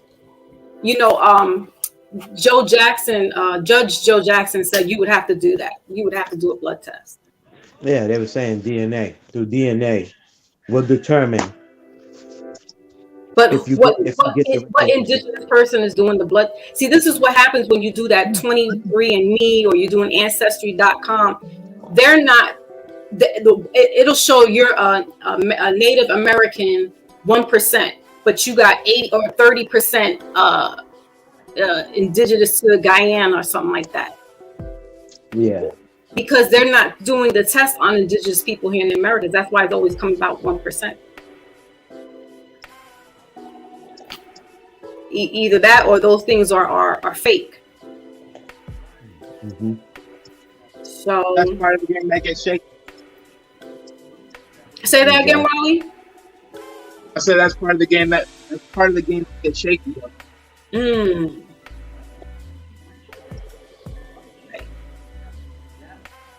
Yeah, they're out here playing their dirty games. They're out here playing their so-called chess moves, and the people that know what's going on just need to, stay vigilant and stay aware, because it's now I'm gonna throw in the Foxy Moon premieres type energy. It's a psyops on the spirit. It's a psyops on the psyche. It's a war for that, and then we got the AI coming through now, and that's taking a whole big boom, and it's just so much stuff that's really trying to distract us from the real deal. Well, they started already. Oh, You didn't see the activity that happened to Canada? Yes. Okay, they had the white thing in the sky. Yes. Same thing. Yeah. So what is that doing? That's programming and prepping people for something to come. Right. WW3 is what they've been talking about the last 10 to 12 years. Yes, sir. So they trying to prep people, and that's what Panero was asking me when he was like, "How do I feel?" And I was like, "Do I feel like it's from, the country with the C, or do I feel like it's an inside job that they doing, and then they're gonna tell?" You know what I mean? Like, yeah. I smashed my own windows, right? And I call my insurance company. I tell them it was you, the next door neighbor, who did it, but it really was me. It was an inside job. You get what I'm saying? That's what I feel that they doing. Me too. And that's why I feel like they've been releasing the information about the little people, the little gray people, and because they want us to then say, "Oh, that's coming up, and that's now we're in invasion." Yeah. So when something happened, you're gonna be like, "Oh, well, they've been saying for the last 5 years the little gray people are coming to get us." You know what I mean? But no, it's WW3 going on. You know what I mean? So I don't know. That's why I say, man, I'd rather be prepared. Like how we was talking about on Panero's thing, where I told you, like, right. my street up to four blocks away, we all ready, we all assets for one another. Right. We rather be this way than it happens and now we're not prepared at all. You know what I mean? Because when stuff hits the fan, and this is what he was saying, that we need real generals, and it's not just men generals, women as well too. Exactly. We're gonna need the women to strap their boots up, to throw the army fatigue gear on. It ain't about, listen, I got army fatigue on pants right now. What you talking about from Maybach? That's what I'm saying. Get Tim's on the feet, the head wrap. That's what I'm talking about. We militant minded. Literally, like my pants. I don't know if y'all can see it, but my pants, I got fatigues on. I'm not playing. There you go. I stay militant. There you go. Yeah, you got to, man. You got to, like you said earlier. My saying is stay vigilant, move militant. You're right. I've been saying that for years. Stay vigilant and move militant. Got to. And all the distractions and all the, cuteness and the whole, feminists and feminism and all that other stuff. It's like, listen, you're going to want a general. You're going to want a disciplined man. You're going to want a man that can protect the family, the community when the sugar honey iced tea hits the fan. Mm-hmm. You're not going to want a Billy Porter. Now, I don't know if Billy Porter could strap up. He might. He looked like he could, box somebody. But if he's wearing a full ball gala dress on, I'm questioning if he's going to help me, or do I have to pull out the stuff and help him? Go ahead, Wally. What you were gonna say? Oh, okay, yeah. So the whole thing of, oh, you know, I don't need a man, and I don't need this, and I don't. Okay, all right. Everyone's gonna need somebody, man. Exactly. At the end of the day. Correct. Whether it's but go ahead. But go ahead, bro. Oh no, sorry, bro. But look, go ahead. Yeah. No, I think they program us very well. To think about it, right? If you think about it right now, right? Do you really need a man to get a car? No. If you work, you do what you gotta do, get that career, you get your own car. You need a man to get your own house. Nope. Get that thing, get your own house. So they looking at it like, okay, well, I don't need a man for this and that. So it's like, why do I have to associate? But it's like, even then, the sweetheart, who made your home? Sweetheart, who made your car? I mean, let's be real. But of course, they're thinking, but then you've been hanging out with Marcus too long. Sweetheart. I was just messing with you, Wally. No, I hear you, but it's like yeah, you're absolutely right though. You have a point. The future sense of it. Yeah, and you can even think to the future sense of it, right? It's like, well, okay, well, that's gonna be the case now, but the future on, robots is gonna be making the cars. Robots can be probably making the house. So then it's like, okay, now you be insignificant. It's like, yeah, like, because nobody's gonna be used. Did you see that they have robot strippers? I don't look this up online. They got robot strippers. The robot is pushing his butt and grinding and going up and down the pole. Y'all gotta see this. Listen, I told you those are being made in my city, Boston Dynamics. Just look them up. They got the dogs. They got tow truck. They got tow truck robots. Flat, like it's like a flatbed, just go underneath your vehicle and it will tow your car. Yeah, like they got all of that. Yeah, just look up Boston Dynamics. They got them walking all around the hood, downtown, prestige areas, not too low income areas, but you know, they bring them around and trying to like make people, you know, get adapted to them, you know, seeing it and stuff. They got dogs, they got the soldiers. They got some that can work on construction sites. Like I said, just look up or type up Boston Dynamics and you'll see everything. Yeah, you'll see everything, you know? So like you said, that's the world that they want. They want the flying cars, the flying motorcycles. Go ahead. They want the Jetsons. Correct. Oh, but they want the Jetsons, but we're going to get Futurama. Oh, yeah, exactly. That's what we're really gonna get. We're gonna get Futurama. Watch this, bro. So much weight. And that Mad Max Beyond Thunderdome type energy. That's what we don't get. Oh yeah. Because you know it's going to get savagery, and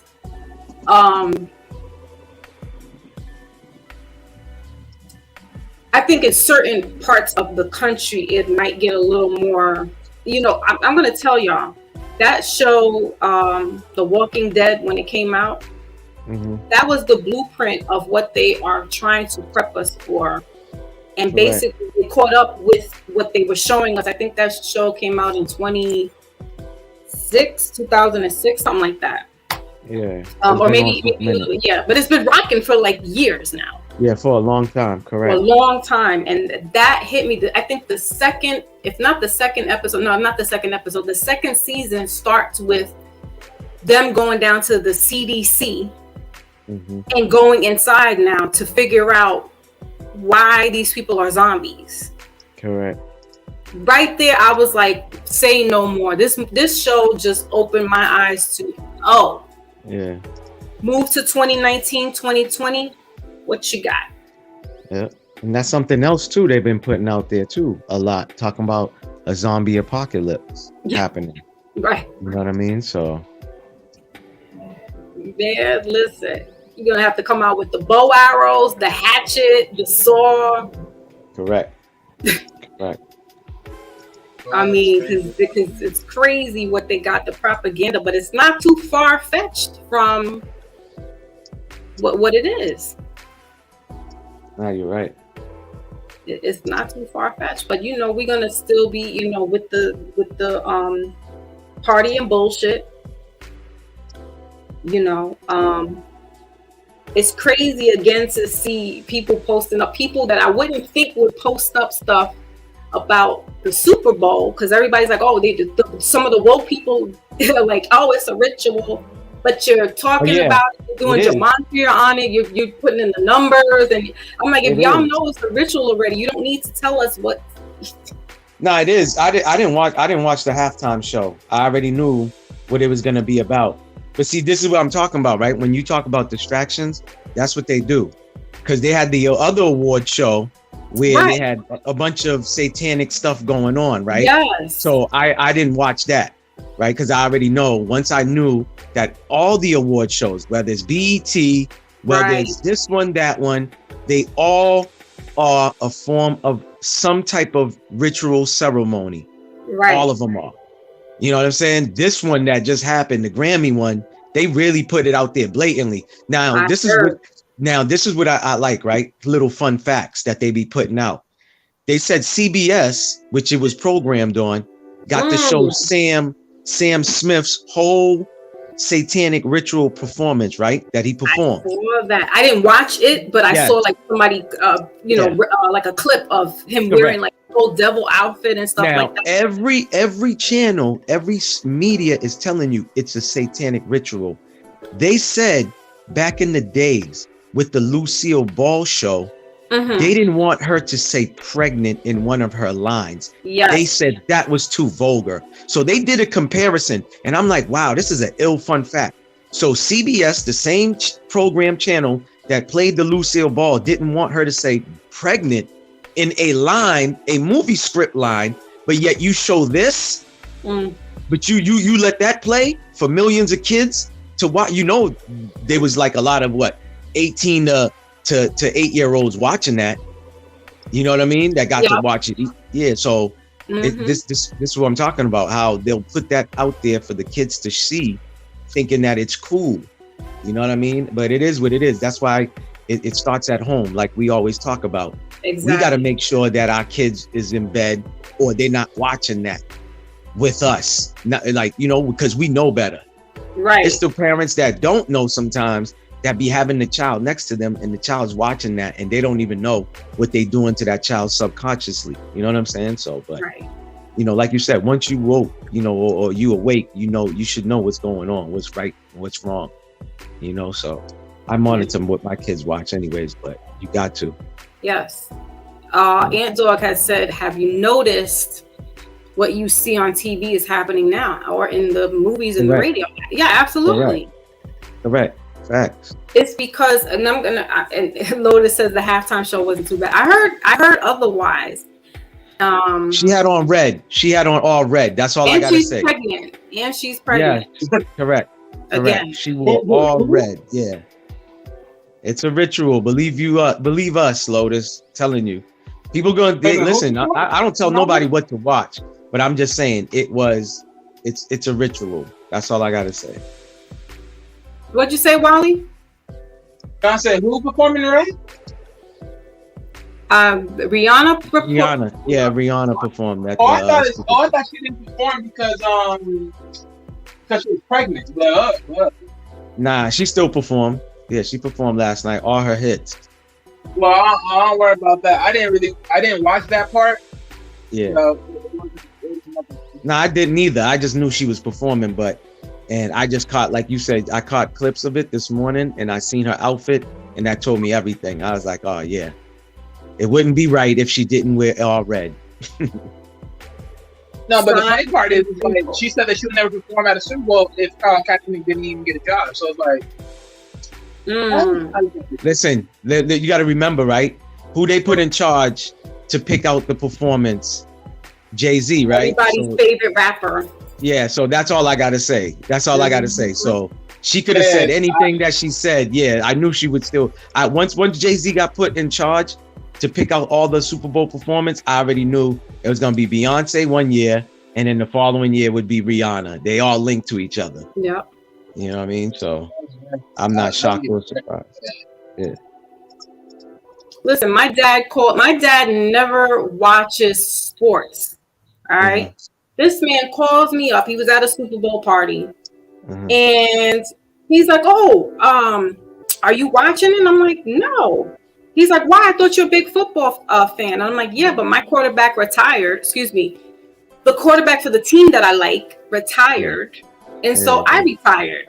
And he's like, "Oh, okay." So I'm like, I haven't watched football in years. Even when the Steelers were playing, I haven't watched it because I started seeing, especially with the Patriots when they did the Deflate Gate. I already was like, "Oh, this issue's rigged." I'm not even watching it like that. My heart wasn't. Then they were losing, and they were losing like on some almost on not on purpose, but it was just looking like I was like, my heart is not in this no more. And so my dad calls me and he's like, I'm like, "Oh, so I guess you're gonna watch the Super Bowl." He's like, "Oh yeah." He's like, I said, "You're gonna watch the halftime?" He's like, "Yeah, that's what I'm waiting for." I'm like, "Oh Lord, really, Dad? Like I didn't know you was this is how people don't even think that it's rigged though. They don't even think it's set up. But you're right, it is already set up. Like ex-players is coming out. She not only, Lotus has said she was wearing red. Not only was she wearing red, but the people that were dancing with her were wearing all white. Yeah. So these people know what they're doing. They send out subliminals. Everything is symbolic with them. Yeah. Everything is symbolic. And that's why I was like, I can't fix my eyes to watch any of this because first of all, I'm going to hear about it the next day because people are going to be posting up all kinds of stuff about it. So I'm like, I'm just going to catch the Instagram 2-second clips because I can't put myself to watch this whole thing anymore. It's just too much. Now, guess what? Tomorrow's another ritual. Tomorrow, people are going to be spending, I told y'all on the other channel, my other channel, for Valentine's Day. Oh, yeah, by the way, me and Lotus are going to be doing our readings tomorrow. So, yeah, we're joining in on the ritual. Oh, yeah, that is, yeah, why they, you know why, yeah, why they created Valentine's Day. Yep. Yeah, we're going to talk about that tomorrow before we get into our readings. Yeah, but you're going to break these girls' hearts. You know it. You know it. Wally, listen, another pagan holiday. Another pagan holiday. I am the balloon popper. I always say this. Make it make sense, man. Oh, yeah. This one little day makes Trump starts all other days of you showing love to next Mother's Day. It's still not correct. It's still not. That makes all nonsense. Yes. It is nonsense. It is nonsense. It is. I was listening in a car ride, in a cab ride last week. Matter of fact, it was Friday. On the news, it's called 1010 Winds here in New York City. And the reporter has said that Valentine's Day is going to charge up $2.9 billion on flowers, candy, and etc. Correct. And that people are going to be going into their credit card debt by charging up. Correct. For dinner. That's the whole gimmick. That's the whole point about that. That's the whole point behind this holiday. Do you know what you could do with $2.9 billion? I know what I'll do. Disappear. Okay. That part, Wally. Like, poodle. What? Oh man, I'll be spending it on who now? What are you spending it on? But I don't want to. Yeah, I don't want to be the person to pop the balloons, but I got to. But we're gonna do our reading, because hey, it's capitalized, right? We're here in this capitalistic society, so get in where you can fit in, right? Correct. That's going to be tomorrow at 3:30. We coming in on the Christ energy on top of that. So we're going to come in on some spiritual stuff. It's not just about the love of it, but you got to understand that you got to love yourself first. And it's hard for some people to do that because they look outside of themselves and they want somebody to love them. And you don't understand that if you don't love yourself, how can you love somebody else? Now, if you're a mother or a father, that's a different type of love to your child. I'm talking about in relationship. Like even going back to this Black History Month, you, the so-called Black person, you know, will love themselves, the colonizers first, and you shooting up your brother second. Because what, he stepped on your sneakers, or he got something you don't have, and you out here you know, what they call shooting up each other. I mean, you don't love yourself enough if you got to be out here really mean mugging and harming one another. Now granted, I'm not saying some things are not warranted, but but people are dying for little stupid things that are all about attention. And you, like, I saw somebody posting up pictures of the Super Bowl party where Meek Mills was there and everybody's favorite rapper was there, and Kraft was there, the Patriots owner. So you got all these stuffy old white men surrounding themselves with melanated rappers. You got Tiffany Haddish was there. All the puppetry was going on, and y'all love yourselves that type of energy. But you're not talking about, and you can never talk about, because you're bought and sold puppets. So you will never be talking about what's real deal going on, real deal Holyfield that's going on in society. It's going to mess you up. Puffy putting out in the ad, Uber Eats, and had, you know, the jingles going on. Again, we're not talking about economics when we're talking about Black history, but yet the so-called Black dollar spends in every community. So we're not even talking about that during Black History Month. We're just talking about these you know, certain people that they want us to recognize, but they're not even talking about the Black economics, like a Dr. Claude Anderson. So then we're not talking about anything. I don't want to. I know, and no disrespect to the ancestors that were putting in that work, like Arturo Schoenberg, J.A. Rogers, Marcus Garvey, and things like that.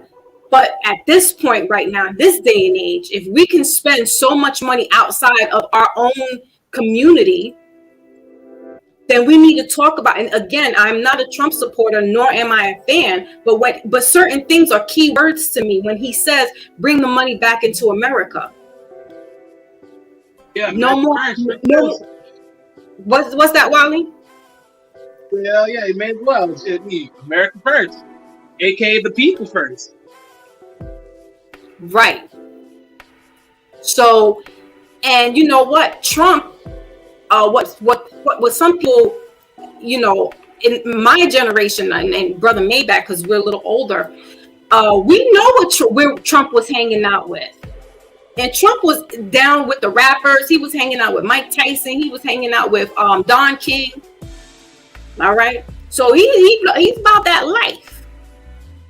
But again, he is like Switzerland. He has no side in anything. He just wants to do business wherever he can. He's capitalizing on things.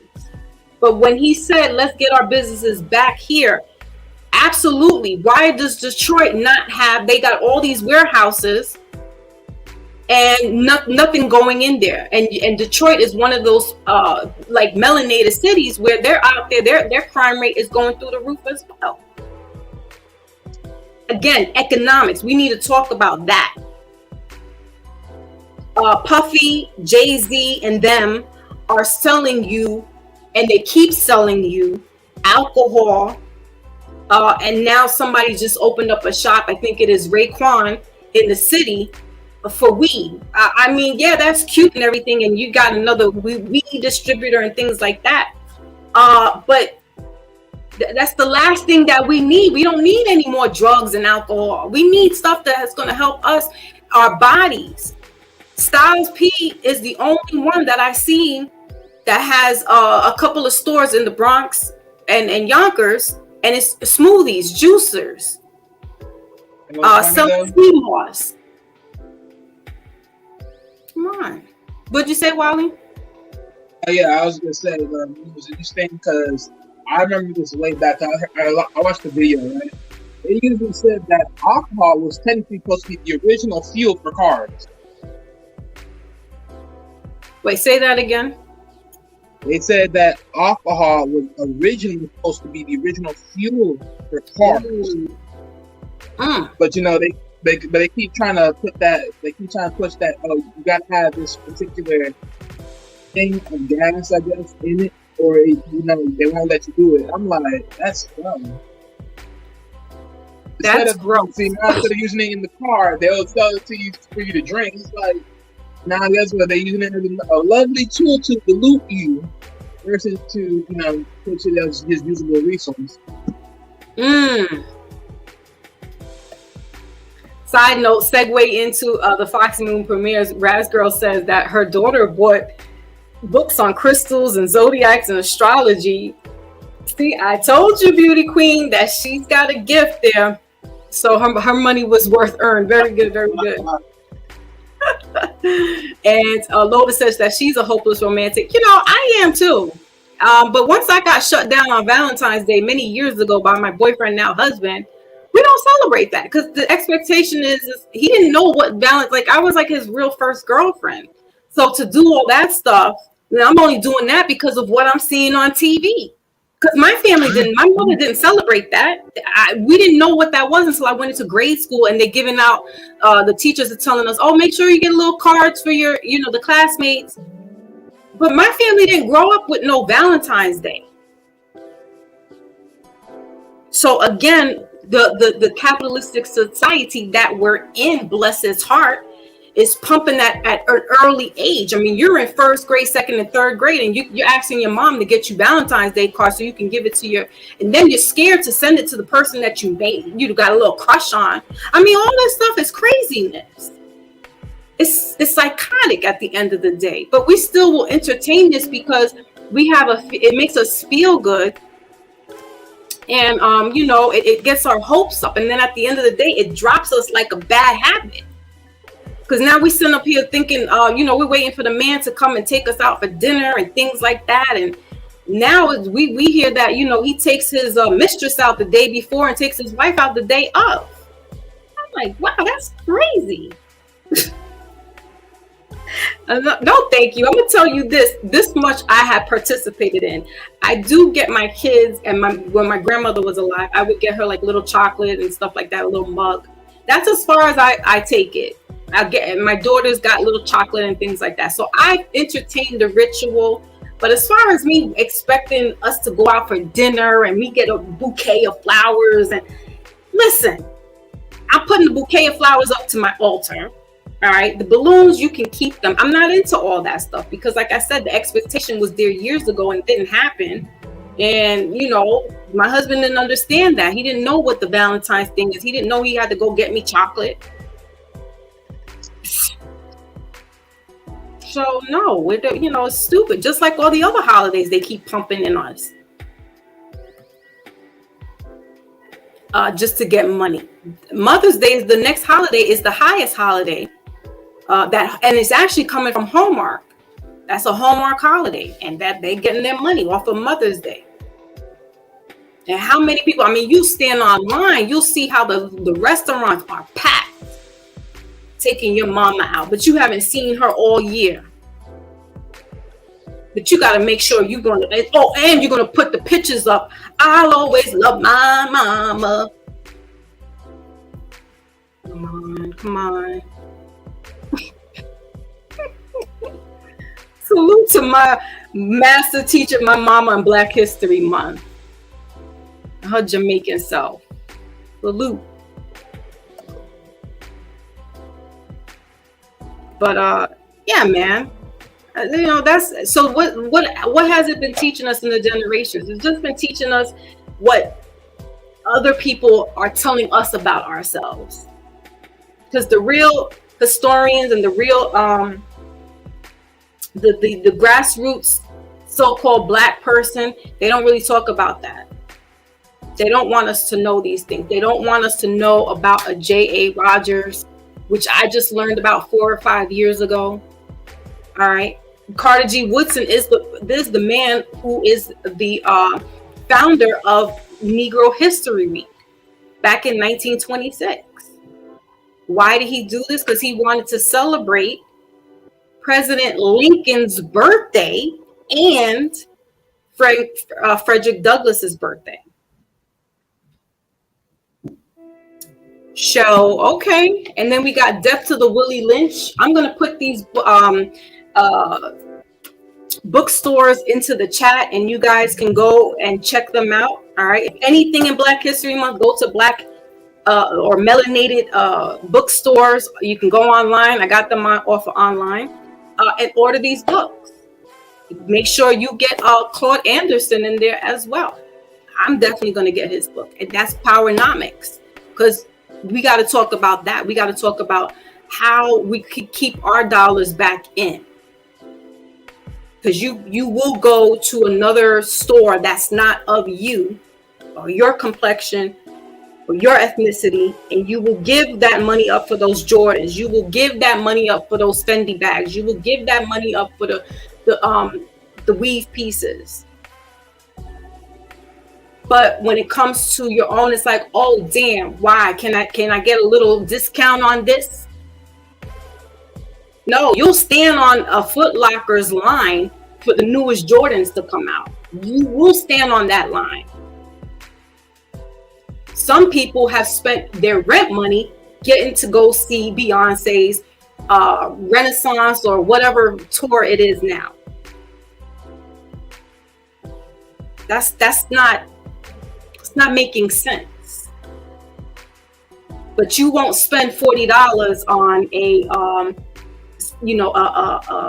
a health regimen created by somebody that looks like you. And I don't want to make this a black and white thing, but if it's Black History Month, then yeah, we're going to talk about that. Because we have a lot of people who are inventors still. We have a lot of people, within our families and friends that are scholars that nobody really bigs up and talks about. But you'll talk about Hollyweird's people and you'll put them up on a platform and they don't give a hot damn about you. They making sure you buy the Ace champagne. They making sure that you go and get all this liquor and not take care of your body. Plug 2 just passed away yesterday from De La Soul. Where's the health insurance for those OG rappers? And, because he wasn't really like that, he was part of that industry, but he wasn't of it, if you get what I mean. And so, like, when they came out, they weren't coming out on some, sex, money, and drugs type thing. So their message didn't last as long as a Puffy and the party and bullshit and the shiny clothes and things like that. Notice that De La Soul didn't make it out like that. Tribe Called Quest. So this man passes away at the age of 54 from apparent congenital heart issues. Phife Dawg from Tribe Called Quest dies from diabetes, complications of diabetes. Where are these health care for them? Come on. You know what I'm saying? Go ahead, Wally. Oh yeah, no, that's the difference. Like, when we talk about that, like when we hear a lot of these guys, either they're movie stars or whatever that they may be, right? You hear them, they died or they passed on, and it's like, well, wait a minute, y'all over here with this GoFundMe page, like what? Like what happened to the money? Like, why are they not having these certain precautions? And the reason why they don't have these precautions is because they're living a life versus setting themselves up for anything that might have happened. Someone I know, they'd be like, why you didn't bother to get life insurance? There we go. Cars, right? Yeah, there we go. And when I first started my channel March of what was it, 21, I think. We're going on 2 years now anyway for the other channel. I talked about making sure that we get life insurance, because we're eventually going to get older, right? Our bodies are not going to be as they used to be, and so anything can happen. So why not have something in place? They're drying up the Social Security again. If you want to talk about Black history, let's talk about Black economics. How are we getting our gold and silver? Are we getting that? Are we getting platinum? Are we holding on to that? Because that's still tangible. We need that. Our crystals, that's currency. Copper, that's currency. These are the things that you need to have for a rainy day. We want stuff right instantaneously, because this is what media is showing us now. You're doing a second hits because that's the attention span.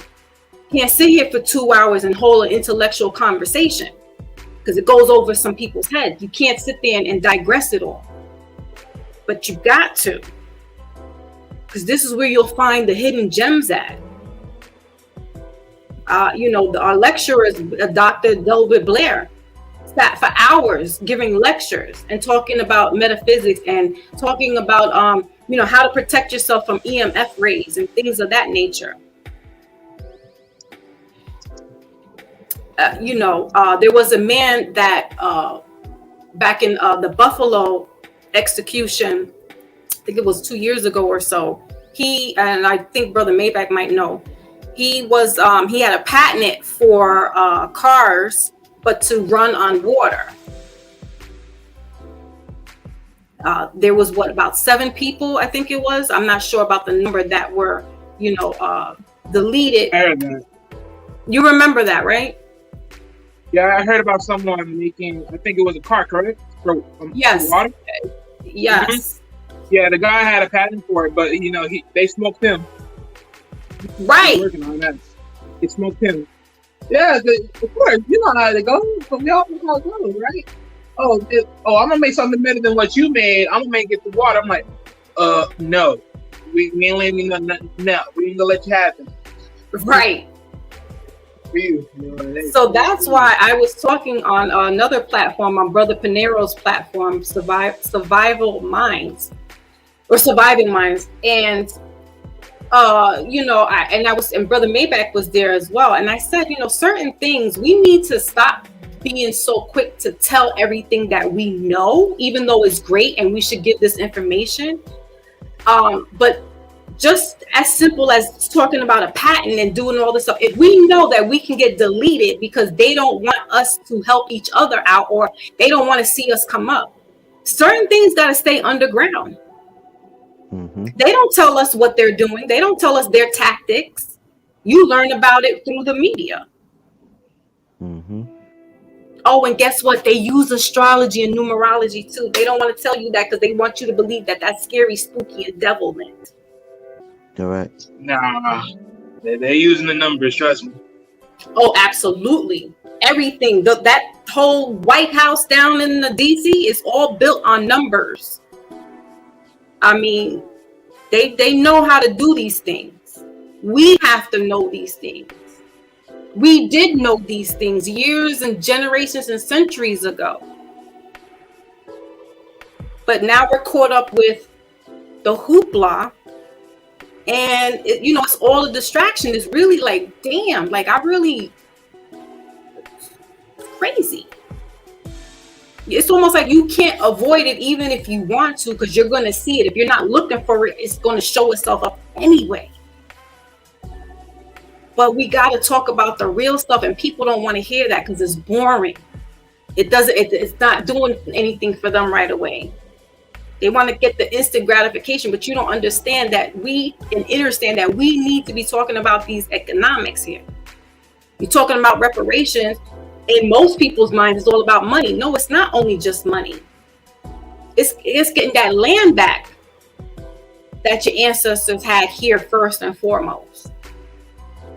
And not even so much of that, but then it's moving forward to generations to come. How are you securing the bag for the generations to come?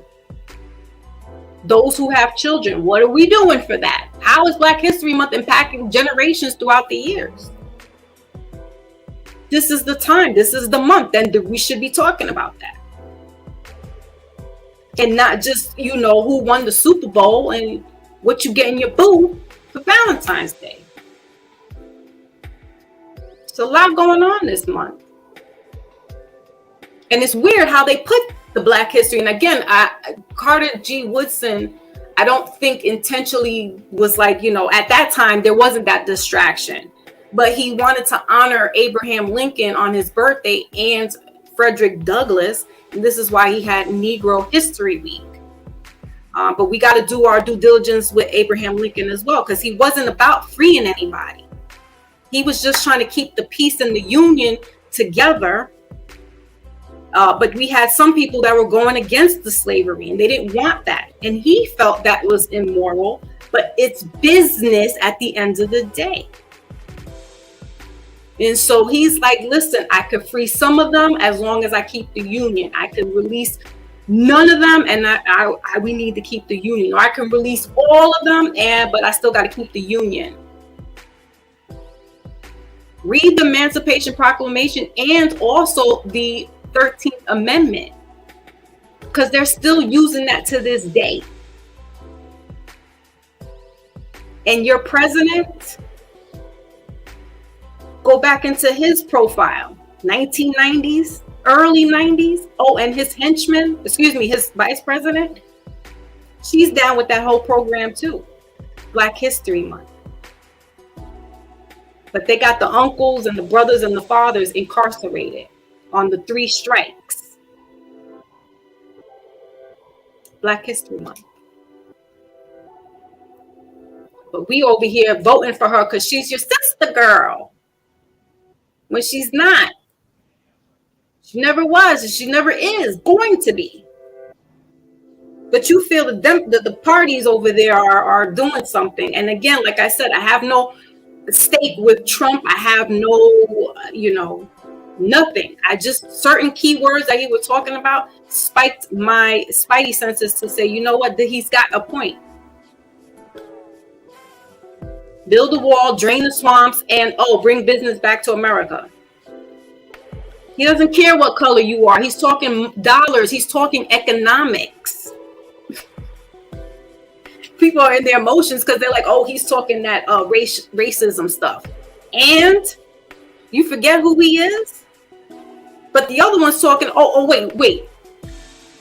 Mr. Puffy is wearing an Obama shirt and it says vote or die. Who's saying that? That sounds like a threat. If I don't vote for this black man, aka white man, I'm gonna die? That was what, 2007, 2008? No, when was election for him? 2006, 2000 something like that, right? The vice president, his vice president is now the president of the United States. That president says, if you don't vote for me, you're not black. Come on. How they soon forget. But we're going to be here to remind them, right, Wally? Like, what? Oh, man. And okay, the younger kids, they may not remember that because, they were like probably, teenagers or what have you, or just wasn't, not in tune with politics and stuff like that. But we're here to refresh your memory, because the vice president is now the president who was down with the rappers and stuff saying, vote or die. And now telling you, you're not black if you don't vote for me. And didn't want to hear Ice Cube, what plans. Right. Go ahead, Wally. Well, yeah. I'm just saying it's proposal. Supposedly, yes. Allegedly.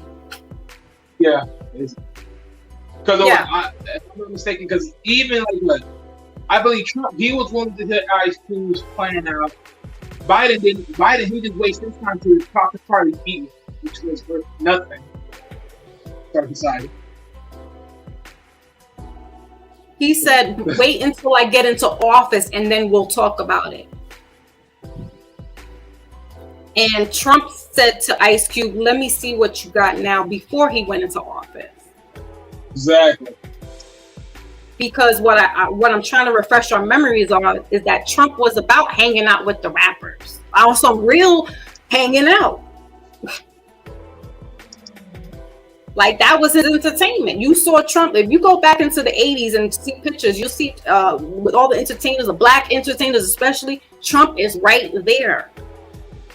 But yeah, but my thing is, even if Ice Cube would set that up, but the thing is, when he set that up, man, I'm sorry, but it's like the moment those stupid Fox Soul chicks said what they said, I'm like, wait a minute, bro, it missed me with all that. I had to look the other way. Yeah, I got you.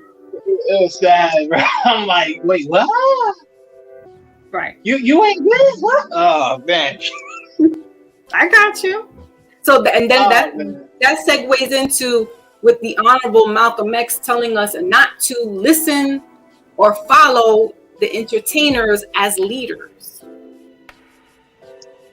Because these people, I mean, you know, at the end of the day, they're still kind of bought and paid for. Chuck D. What's that? No, I'm saying, like, don't get me wrong, that's true, but I always say this: if your opinion is right, why should I deny it just because you're an entertainer? That's my thing. I get it. Like, everyone would say, "Oh, you're an entertainer. Oh, I'm not gonna take you serious. You're basically the court jester of the whole game." But I was like, at the same notion, like, if they got a good idea, I'm not gonna knock it just because you're an entertainer. Right. Exactly.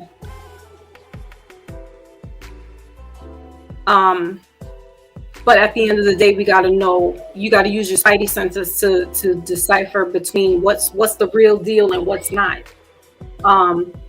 And yeah, they have an agenda, so they're going to use the entertainers, they're going to use the actors and actresses to promote their agenda, because they know that that's, you know, through mass media they can do that, and they know that the entertainers have the people's ears and eyes. So yeah, what better way to promote whatever you're doing by getting you know, a Puffy or a whoever to, you know, solicit your business. And so at the end of the day, like, I can't take any of that seriously. Last week I had mentioned on somebody's live about like Pac was the only true, you know, like, real person that was actually doing things. And this person was like, yeah, well, he's an agent. And I'm just like, all right, I'm not going to go into that with people. Like, because like, regardless, like, his family, so all of these people are agents then? Like, everybody can't be an agent, but they were infiltrated for sure. But everybody can't be an agent. Oh, they said that he shot himself up when he was at the Quad studio. Why? Yeah, he accidentally shot himself because he was trying to take out his piece to, you know, get back at the people who shot at him first.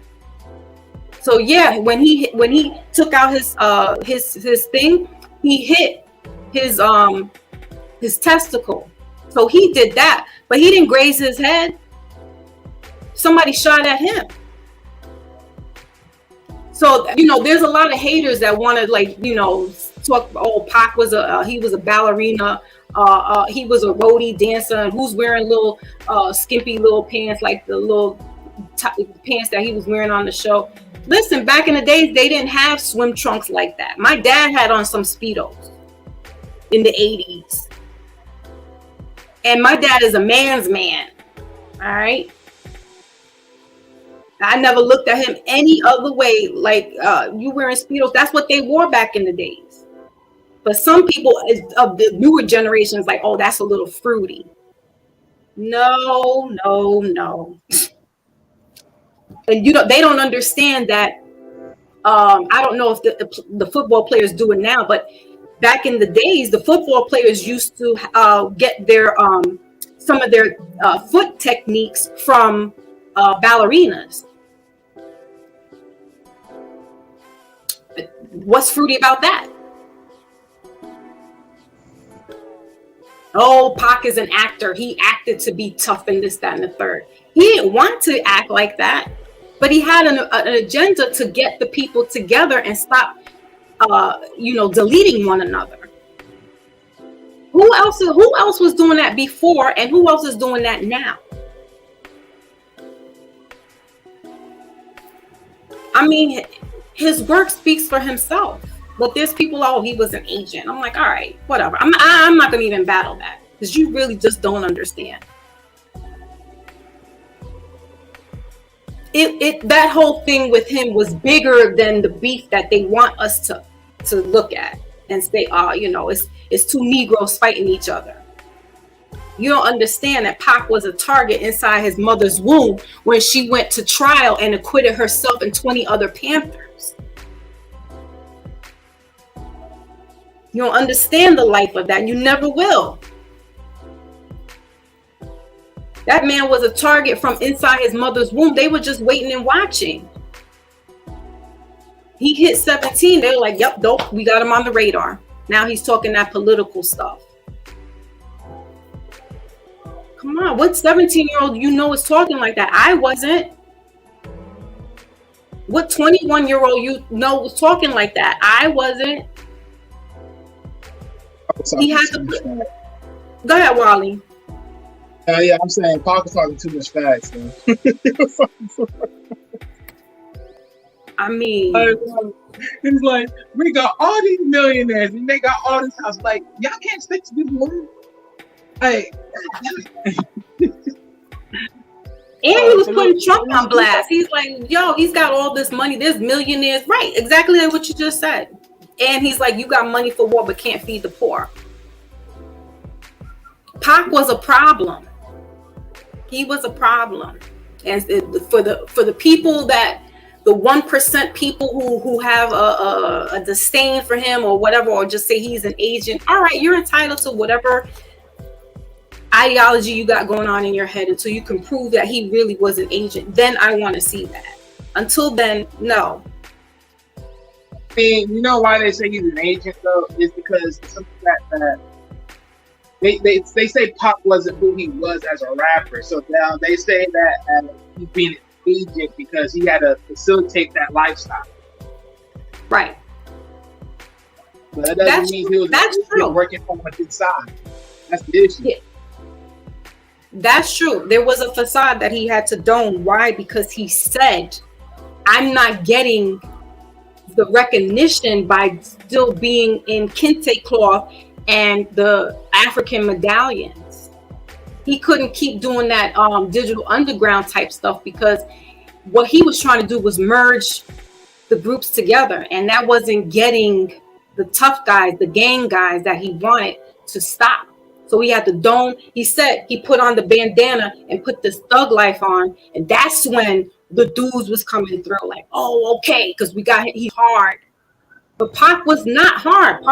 Pac was a sweetheart. He was a very intellectual. He was what you would call equivalent to being a nerd.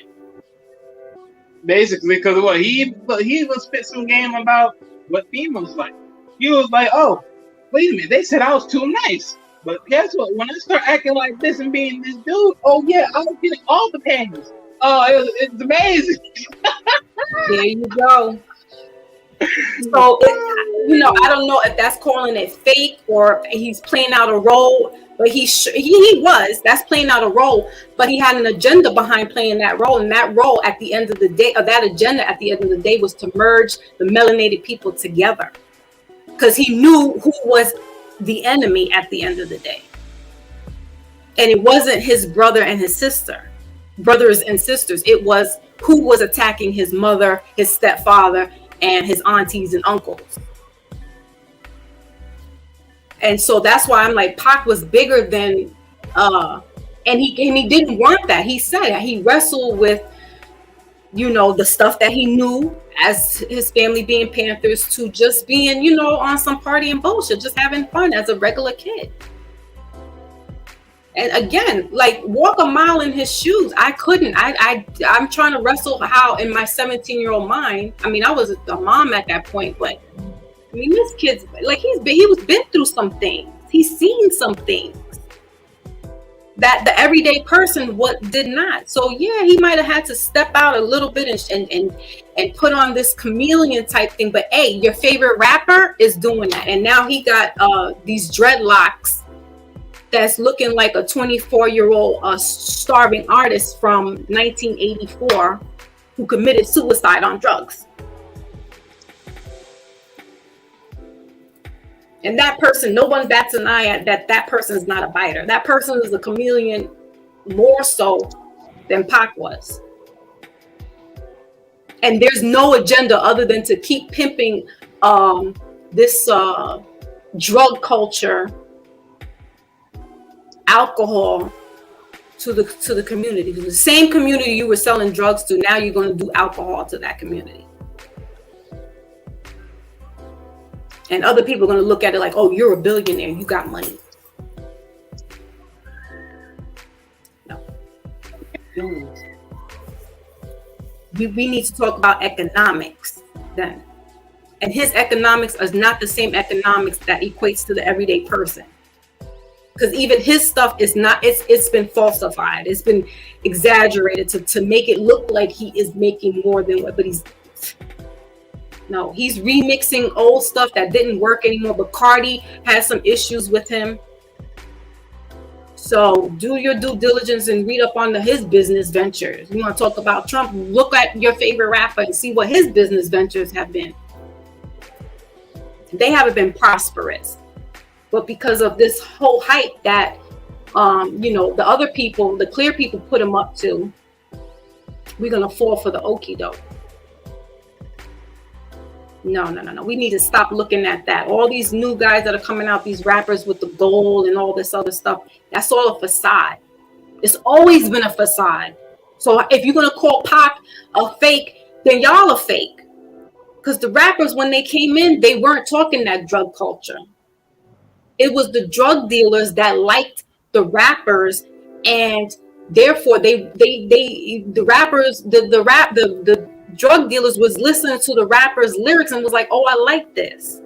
And that's how the whole drug culture into the rap game came about in the early 80s, mid 80s, into the 90s. But these rappers weren't coming out here on that stuff.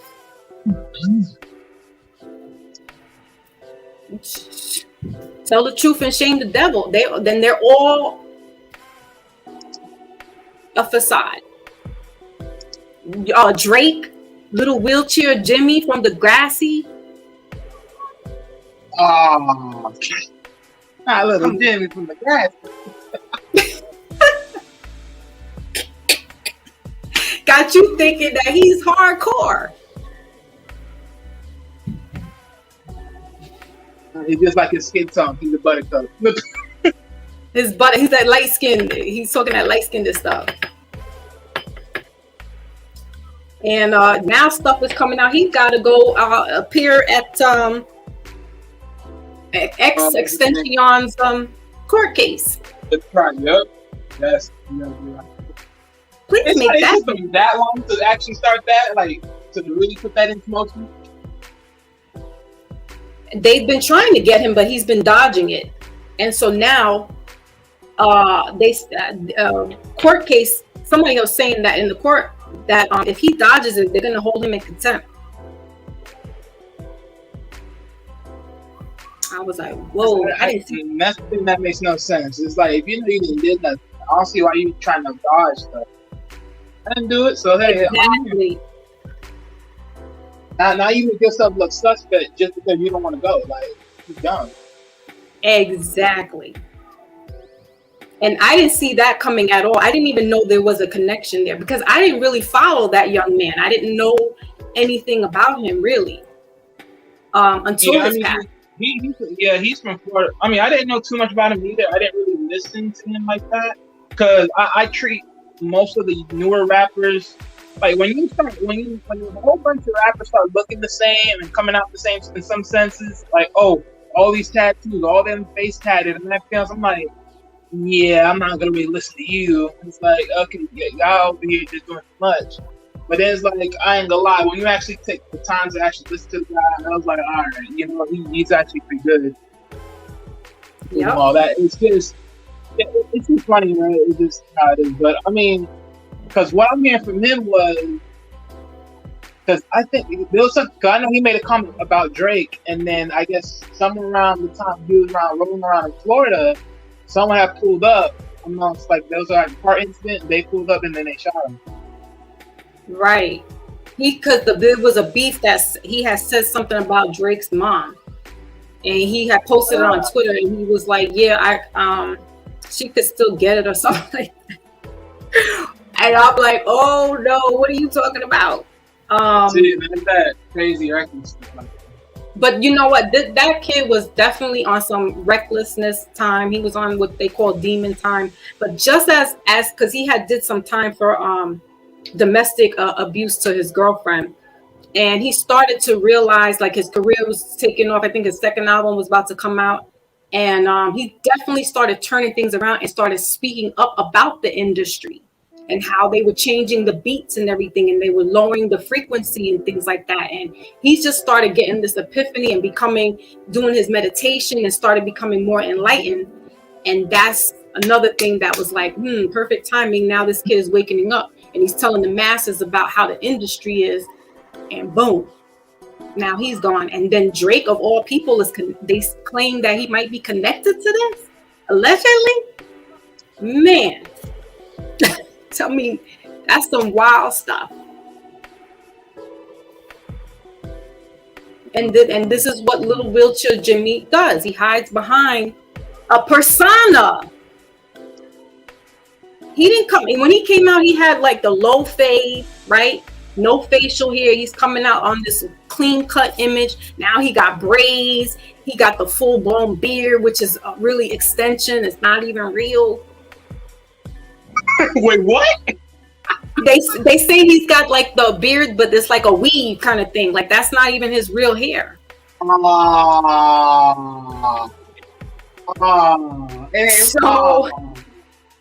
yeah, this is wild. That's sad. That's sad. Wow, you too funny. Oh my God. Hey, look, yeah, man. When it comes to the beard community, I'm sorry, but nah. if that wasn't real, you gotta get out of here. There's a lot of them that are like that in Hollywood. They got like plugs. Jamie Foxx, how I noticed that that started happening was after he did Ray, the movie Ray, his hairline was all the way like back, and then he had like the real clean cut hairline when he did the with Kanye, and I was like, ooh, he's got some type of, they did something on him, and that's how I started to know that. See. Look back at Jamie Foxx before Ray Charles, and you'll see he got the big forehead. And then look at the movie that he did where he was like playing a cop or something like that, and his hairline is crisp. You don't see no forehead.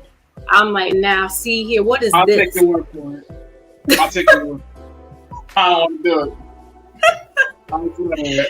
So when they said that Lil Jimmy in the wheelchair got a fake beard on, I'm like, oh, I could believe it.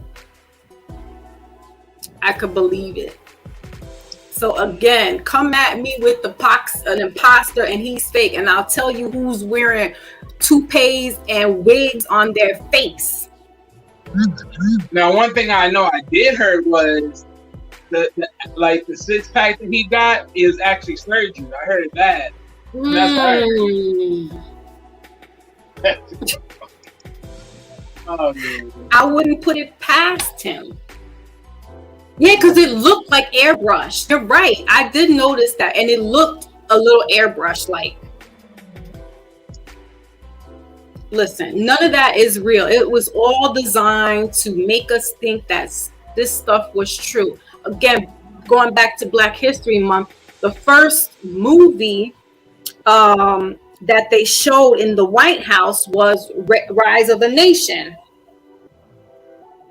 And that was about white people dressed in blackface to show how the black slaves are animals and they are rapists and they're doing all kinds of nefarious things to the white woman. And that was 1912, I believe, that movie came out, and it was shown in the White House. So now they've portrayed melanated people to be savages and angry, men that can cause some harm to women. And that wasn't the truth. It was the other way around. And they showed us a blackface, but they were doing blackface for a very long time. And had us, putting in cartoons, the big lips and the big ears and being slow. Yes, man. No, and being docile. Or if you were, someone who was a fair-skinned woman, like Alina Horn, I was watching her documentary yesterday too. They kept blackballing her out of Hollywood because she didn't want to play, or not pair up to be what they wanted her to be. She's like, no, I don't want to do that. I don't want to play that role. I don't want to do this. I don't want to do that. Same example is Josephine Baker.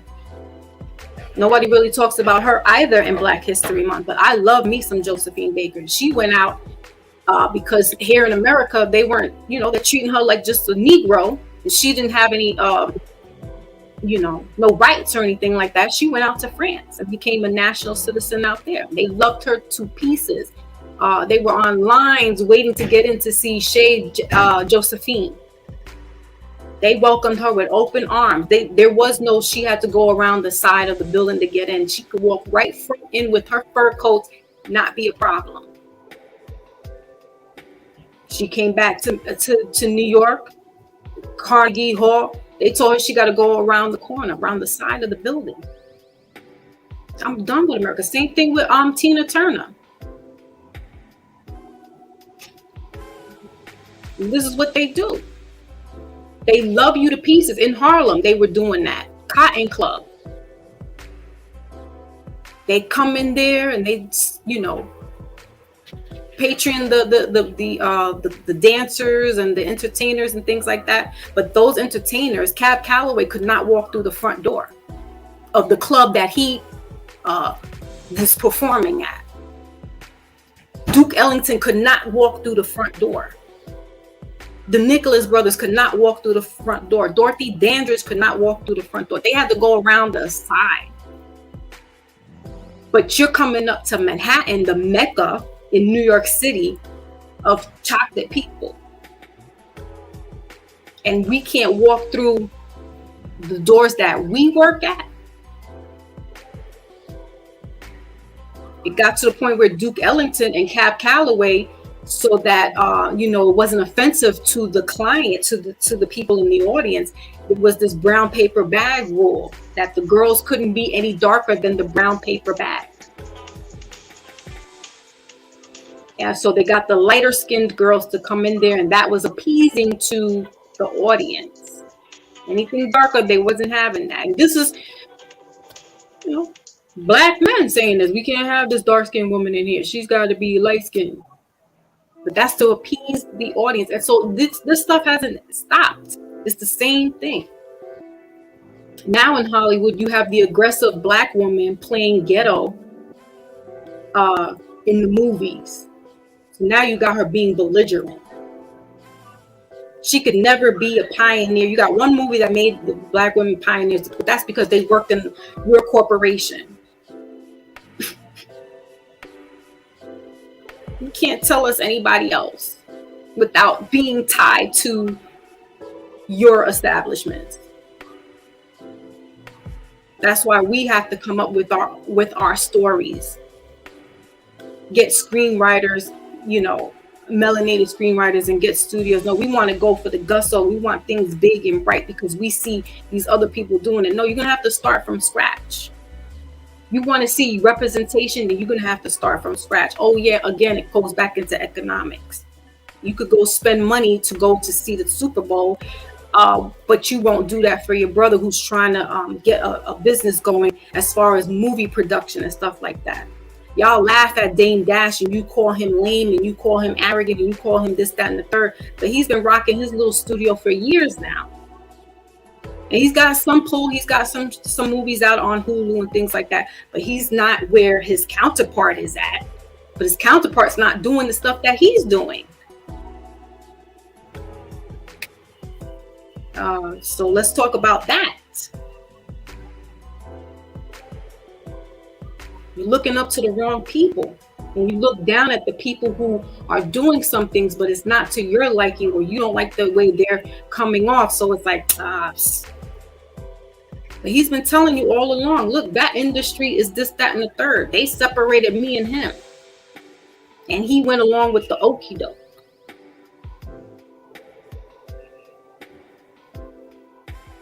And at the end of the day, when he wrote that song, Still a Negro, that's what you are at the end of the day to them. Just because you can shake their hand now and dance at their party and sing at the wedding or whatever it was that Meek Mills was singing at, you think you're accepted. They still have their code behind your back. Black History Month. So I think we will round this off. Wally, do you have any input before we kind of end out? I mean, like I said, this is. I see Damon Dash. I remember Damon Dash. He was talking to who was it? It was the two basketball guys with the podcast. Okay, I know he's talking about. Yeah. He was talking to them, and I remember one of them. He was like, "Oh, I wanted to be an acting guy. I didn't want to act." I'm like, "Bro, you don't even need to do all that. Just framework it. Like, you know what I'm saying? I'm gonna tell you this. I'm gonna tell you that. The next thing you know, bro." And it's like, well, there you go. Yeah, he made it so simple to the point it was just that's just what it was. It's just that simple. I mean, sometimes I think some people make it seem like a lot of things are hard because of what people will make you do within the scenery of the whole spectrum, but reality is sometimes going to be easy. Right. But expectations and all that, and then lack of failure, and if like every waking moment if you push this back, it's like you hold them back and everything else, and it's like but exactly. And it does make them it can be simplified, but some people got to make it so hard that it's like, why? It's really that easy. Right. It's called like, for me, it's like applying yourself. Right. Because if you think about it, right, it's like you can look at a script and you try to articulate the script. You ain't feeling it, because I heard a couple stories like people like, will fall off the script and say something else, but you know what? You will go with what the person that said because it probably made more sense. Right. Absolutely. Yeah. And that's just the name of the game too. Also, Wally, is that so now I'm gonna kind of beat down what you're saying, right? And anytime we do something that's for ourselves, the next one is going to be jealous about it. Black History Month. How are you hating on the next person that's looking like you, that's probably gone through some of the similar struggles that you have, but you're hating, or you ready to delete them out of existence? But you're not talking like that to the people that put you in this oppression. No, you're going to go and do the 9 to 5. And I'm not saying that's a problem, because you got to eat. But know where your allegiance is at the end of the day. And how can you help the next person, which is within your community or household? How do we help lift them up? How do we apply what we know on Black history? All these people that you know and you may not know, applying that to the generations to come. It's like, I don't know. It's a great concept, to have this history here, and so we can get to know people that we didn't know, or people that we do know, and just dig a little deeper into their history. It's great. Yeah, it's a great concept to have Black History Month, but at the end of the day, we are not upholding that anymore. We're not talking about coding. We're not talking about STEMs. We're making the geeks, like we're still ostracizing them. And I don't even want to use terms like that, but that's, how it is, like nerds or super smart people. Like we're ostracizing them because they're not, rocking. Because they're not dressing the way you dress. And let me tell you something, half of these people that are dressed like that don't have maybe not even a high school diploma. Because everybody's favorite rapper doesn't have a high school diploma. But he got people thinking that he's a billionaire. Right. And I'm not saying that these degrees, hold on, Wally, I'm not saying that the degrees should, going into their establishments and getting their degrees and making it like, okay, I'm smart and stuff like that. That's, we understand the scheme of the things, because what you should be doing is that knowledge and that degree that you got should be applying back into the resources, back into your own. Because that's essentially what most of these people did. Washington Carver, it was going to school because it was getting a degree for his people. But go ahead, Wally. Well, the basically said was, as far as it comes to economics, this is a like, I ain't gonna lie to you, it's simple as just buying a book. I got one book right now, like it's a crash course for just cutting through the fluff of all that additional thing that they were trying to teach you about economics, but just getting straight into it. Like, this is what it is, what's good. But I think at this point, people got to be serious with themselves. Like, do they need someone to hold their hands to understand what they need to understand? Or are y'all going to go get it yourselves? And I think sometimes that's the problem. Right. Because people won't know it until they actually have to wait for somebody to tell them. But the more you keep on waiting, the more you behind on the ball. Right. You could think, you're making this kind of money, and you're making it every other year. You're making you're probably making 100K net within a year, and that's all good. I'm like, yeah, that's all good, but let's be real here. After you cut down whatever you have to cut down, is it really worth it?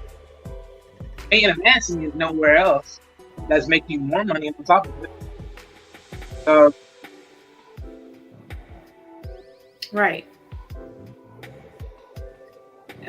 People, some people are waiting, and some people are just like, I'm gonna go for mine.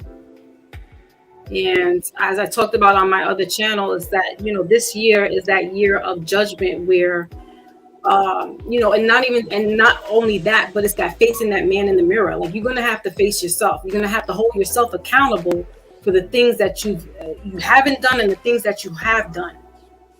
Right? You can't keep blaming, because they won't let me, woe is the days of, the white man, they won't let me get in and do things. Because there's no excuse now. It's just you wanting to apply yourself, or you just wanting a handout, or you just think the world owes you something, so now you should be sitting there waiting. No, this is, you gotta have to put some type of work in to see the fruits of your labor. It's not going to be overnight. It doesn't work that way. Nature doesn't work that way. And so the things that you want that's worthwhile, you're going to have to wait for it, like they said.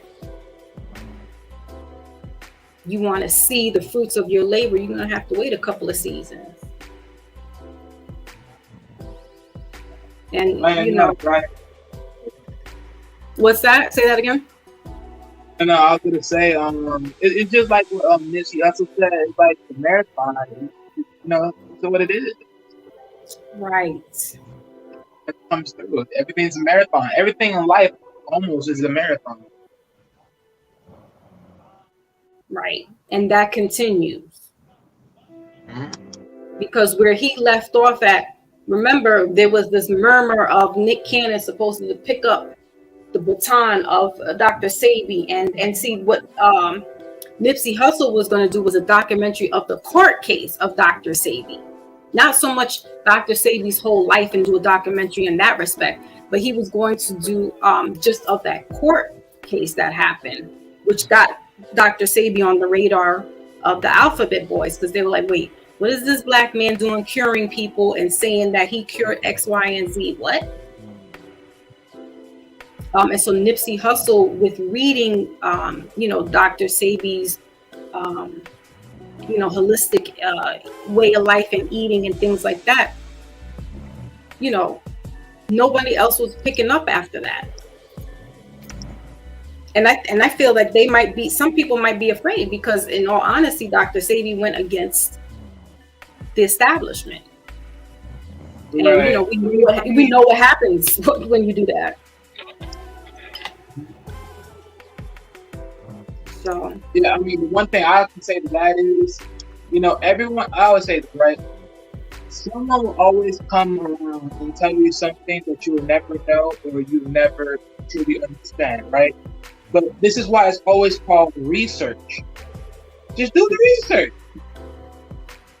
But people tend to be lazy, so they don't want to do it. They feel like it's not what it is. And then they don't want to hear it coming from somebody else. But it's like, you know what? Take what these people wrote and you dissect it and you use your intuition to then figure out what's the truth in it. Because even if somebody else not of your background wrote these books or whatever the research is, just sift through it. You're gonna see some truth in here. You're gonna figure it out. And then you go about applying it the way you need to. That's how I do it, because for the most part we know who wrote the books, and so most of the research is coming out of somebody else that's not of us. And so I'll read it, and then I will take my own interpretation or my own intuition to it, and that's how I absorb it and apply it. So, again, like I said, I don't want to make it too of a, them versus us and white versus black, and, do that whole race thing. And that's a whole construct. But, we just got to understand that there are people that still are against having, melanated people educated and things like that. So that's why reading is a thing that we need to be doing, comprehending what we're reading. Because it's one thing to just read it and you're just going through it and you're like, okay, but to really sit there and be like, whoa, comprehend what you're reading, to understand it, that's another thing. And so, we can't rely on certain, the Department of Education in that respect to teach our children everything. The parents need to be doing that. The grandparents, the aunts, the uncles, they should be helping to teach that child and talk about the things that are necessary for them, because their life is different from another culture in that respect. So where's Brother Maybach? Brother Maybach, you got anything to add to the pool? I don't know where Maybach. Maybach, where is you?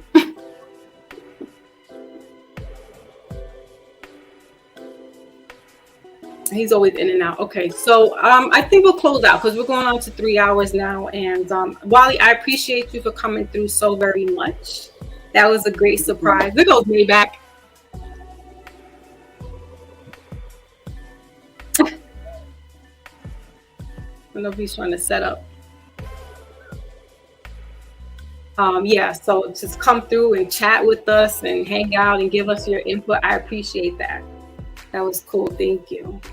And everybody else that was, yeah, everybody else that was coming through, you know, this is a new page, a new channel rather. And, you know, I like to do my Mindful Mondays, but I was having it on my other channel, and you know, it's like I didn't want to intertwine, and I wasn't really intertwining, but you know, Foxy Moon Premier is definitely more into the spiritual and the esoteric, and you know, but it realist, because I talk about some real stuff over there. But I just wanted to like make this more a separate entity, and you know, the other things that's on my mind other than, you know, the spiritual aspect of things. Because it's all entwined into one. You know, having a platform to speak those kind of things like a Black History Month or any other thing that we need to be aware of and be mindful about. My internet probably just went in and out, so for those who are listening, that's the internet there. But yeah, just to be mindful about certain things that are just, you know, going on in the world. And using a little bit of that intuition to decipher, you know, what is this real or what, you know, using your spidey senses. But we need to have these kind of conversations and these dialogues where we're trying to inform one another, educate one another, and build, you know, fill up the gaps where need be, you know. And so that's why this thank you. And that's why this channel has been brought about. It's been birthed. Brother Maybach helped me see things into another light, you know, like, because I'm like, nah, they're doing something with my channel. And he's like, well, maybe because you're doing this and that at the same time. And I'm like, I don't know. I don't think so. And I'm like, maybe. But so he definitely was like a little bird in the ear, like. And so it started to fester, and I was like, wait a minute. So let me try something. Let's do this channel and let's, you know, separate the two. But I'm still the same person. Just got different hats that I wear and want to just present that, you know. But thank you again, Wally. My Lotus, definitely for holding it down, my moderator extraordinaire. You know, it's a brand new channel, so I didn't expect the amount of people that I usually do on the other channel to come through, but we're going to get there, and we're going to keep the Mindful Mondays here. I may do a live again, like maybe on another day, but I do like Mondays. Monday resonates with me for sure. And tomorrow, those who are chiming into the replay, Lotus and I are going to be doing a Valentine's Day collective reading at 3:30 Eastern Standard Time. So this is in regards to relationships of any kind, whether you're by yourself, you're with somebody, you're in a situationship. We're going to do some readings. And I think that, you know what, because Lotus, I was thinking about doing Wednesday, then and then Wednesday I can't do it. So this makes sense to just do it tomorrow. That all works out accordingly. So that's great. And then we'll do another Mindful Monday coming up the following week or so. But I'll definitely keep you guys posted. Wally, I can't thank you enough, because this is awesome that you came through. Like it's random, because you don't really come through like that. Oh, you have a new channel. I heard about you told us, so right. I subscribe. Oh, thank you so much. Thank you. Yeah, you know, we got to support each other and not even look at it as, you know, I have a hard time sometimes with certain things that are presented to me without it being a scheme. Like, what are you trying to get over on me? You know, and sometimes I'm not going to say you can't put your guard down. You shouldn't put your guard down completely. But, you know, with us, it's almost, it is this thing where we're kind of like hesitant towards one another, and we won't be hesitant towards the other people. We'll give them freely. But with us, we got our guard up, like, what you trying to get out of me? You know, but that's because we do that to one another. We scheme and scam off of each other all the time. And so, you know how it is, right? Huh? No, I'm saying, you know how it is, right? It's like usually when you get it, like I think it's like this, right? when people usually get it a couple of times over and over, and they go through that same process, potentially just sits in their head like, "Oh, I'm about to be set up." So I mean, it sometimes comes out like that. I mean, but that's that process of just trying to break through those type of those strains or those chains and barriers. Right. But what I wanted to say also to that is that you said you heard me talking about that with Op and just even on what was it, JBJ? It was on your platform though, right? On the JBJ network. Yeah, on the JBJ network, especially. Yeah, and I appreciate that. That's what I'm saying. Like some things we should just be doing just because of the strength of like we're all, now I guess I'm considered a content creator. So it's like it takes nothing to promote somebody's channel or just big somebody up. You know what I'm saying? Because that's how we get other people to come through. You know what I'm saying? And I don't have an issue with that. Like it's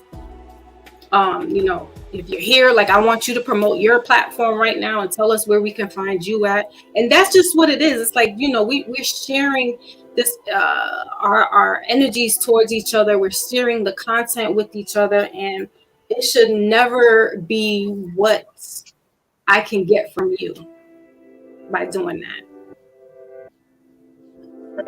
But go ahead and let us know where we can find you at as well, Wally. Well, like you just mentioned before, you can find me at the JVJ Network. Me and my head lead, Marcus, we be on every Wednesday on the Weekly Drop Media.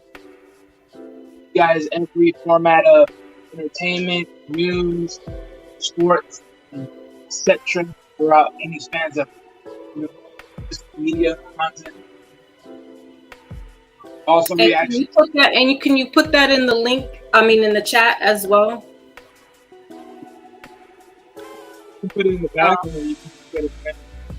Oh yeah, you can't do it on the front. Okay, let me put this in.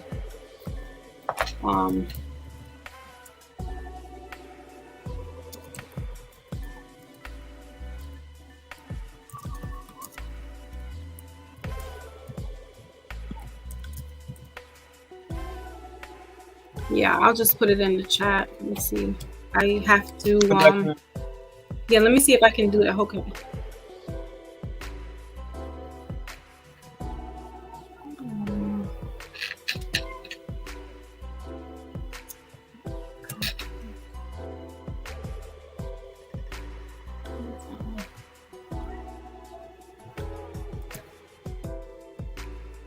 All right, perfect. There we go.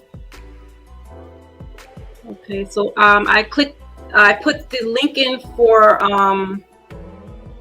Wally, where you guys can find him for his content, and you come on Wednesday evenings. Wednesday at 10 p.m. Eastern Time. Okay, at 10 p.m. Eastern Standard Time. All right, perfect. And check out Wally.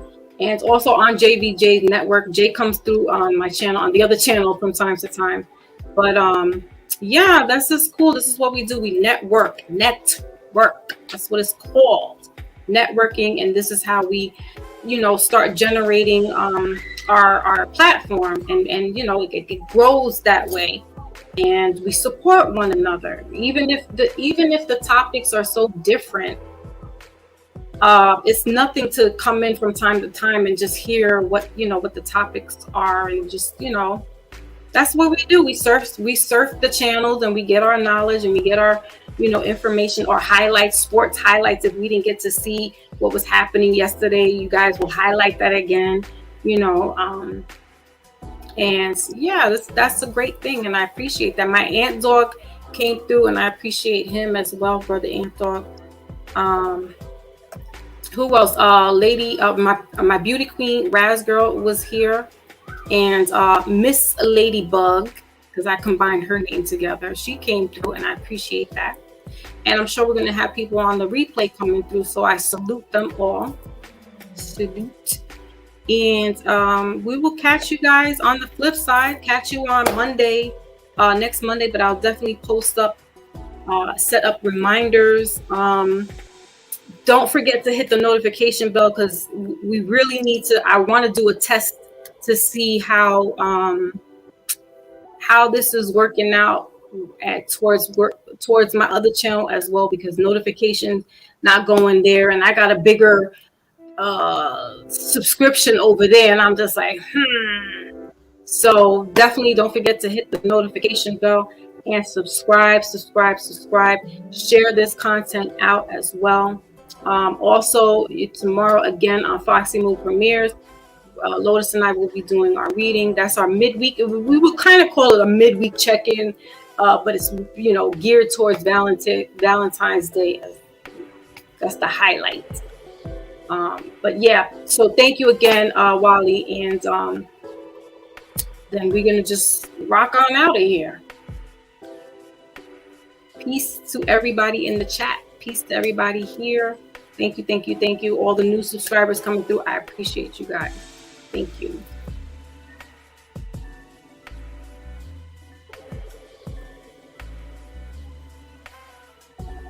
And let's see. I think I got everybody's stuff. We got Wally's StreamYard there. Thank you, my Lotus. Ooh, I'm excited for tomorrow. I'm like, I got like all these ideas in my head, but I guess we'll figure it out, because I'm like, well, we should do,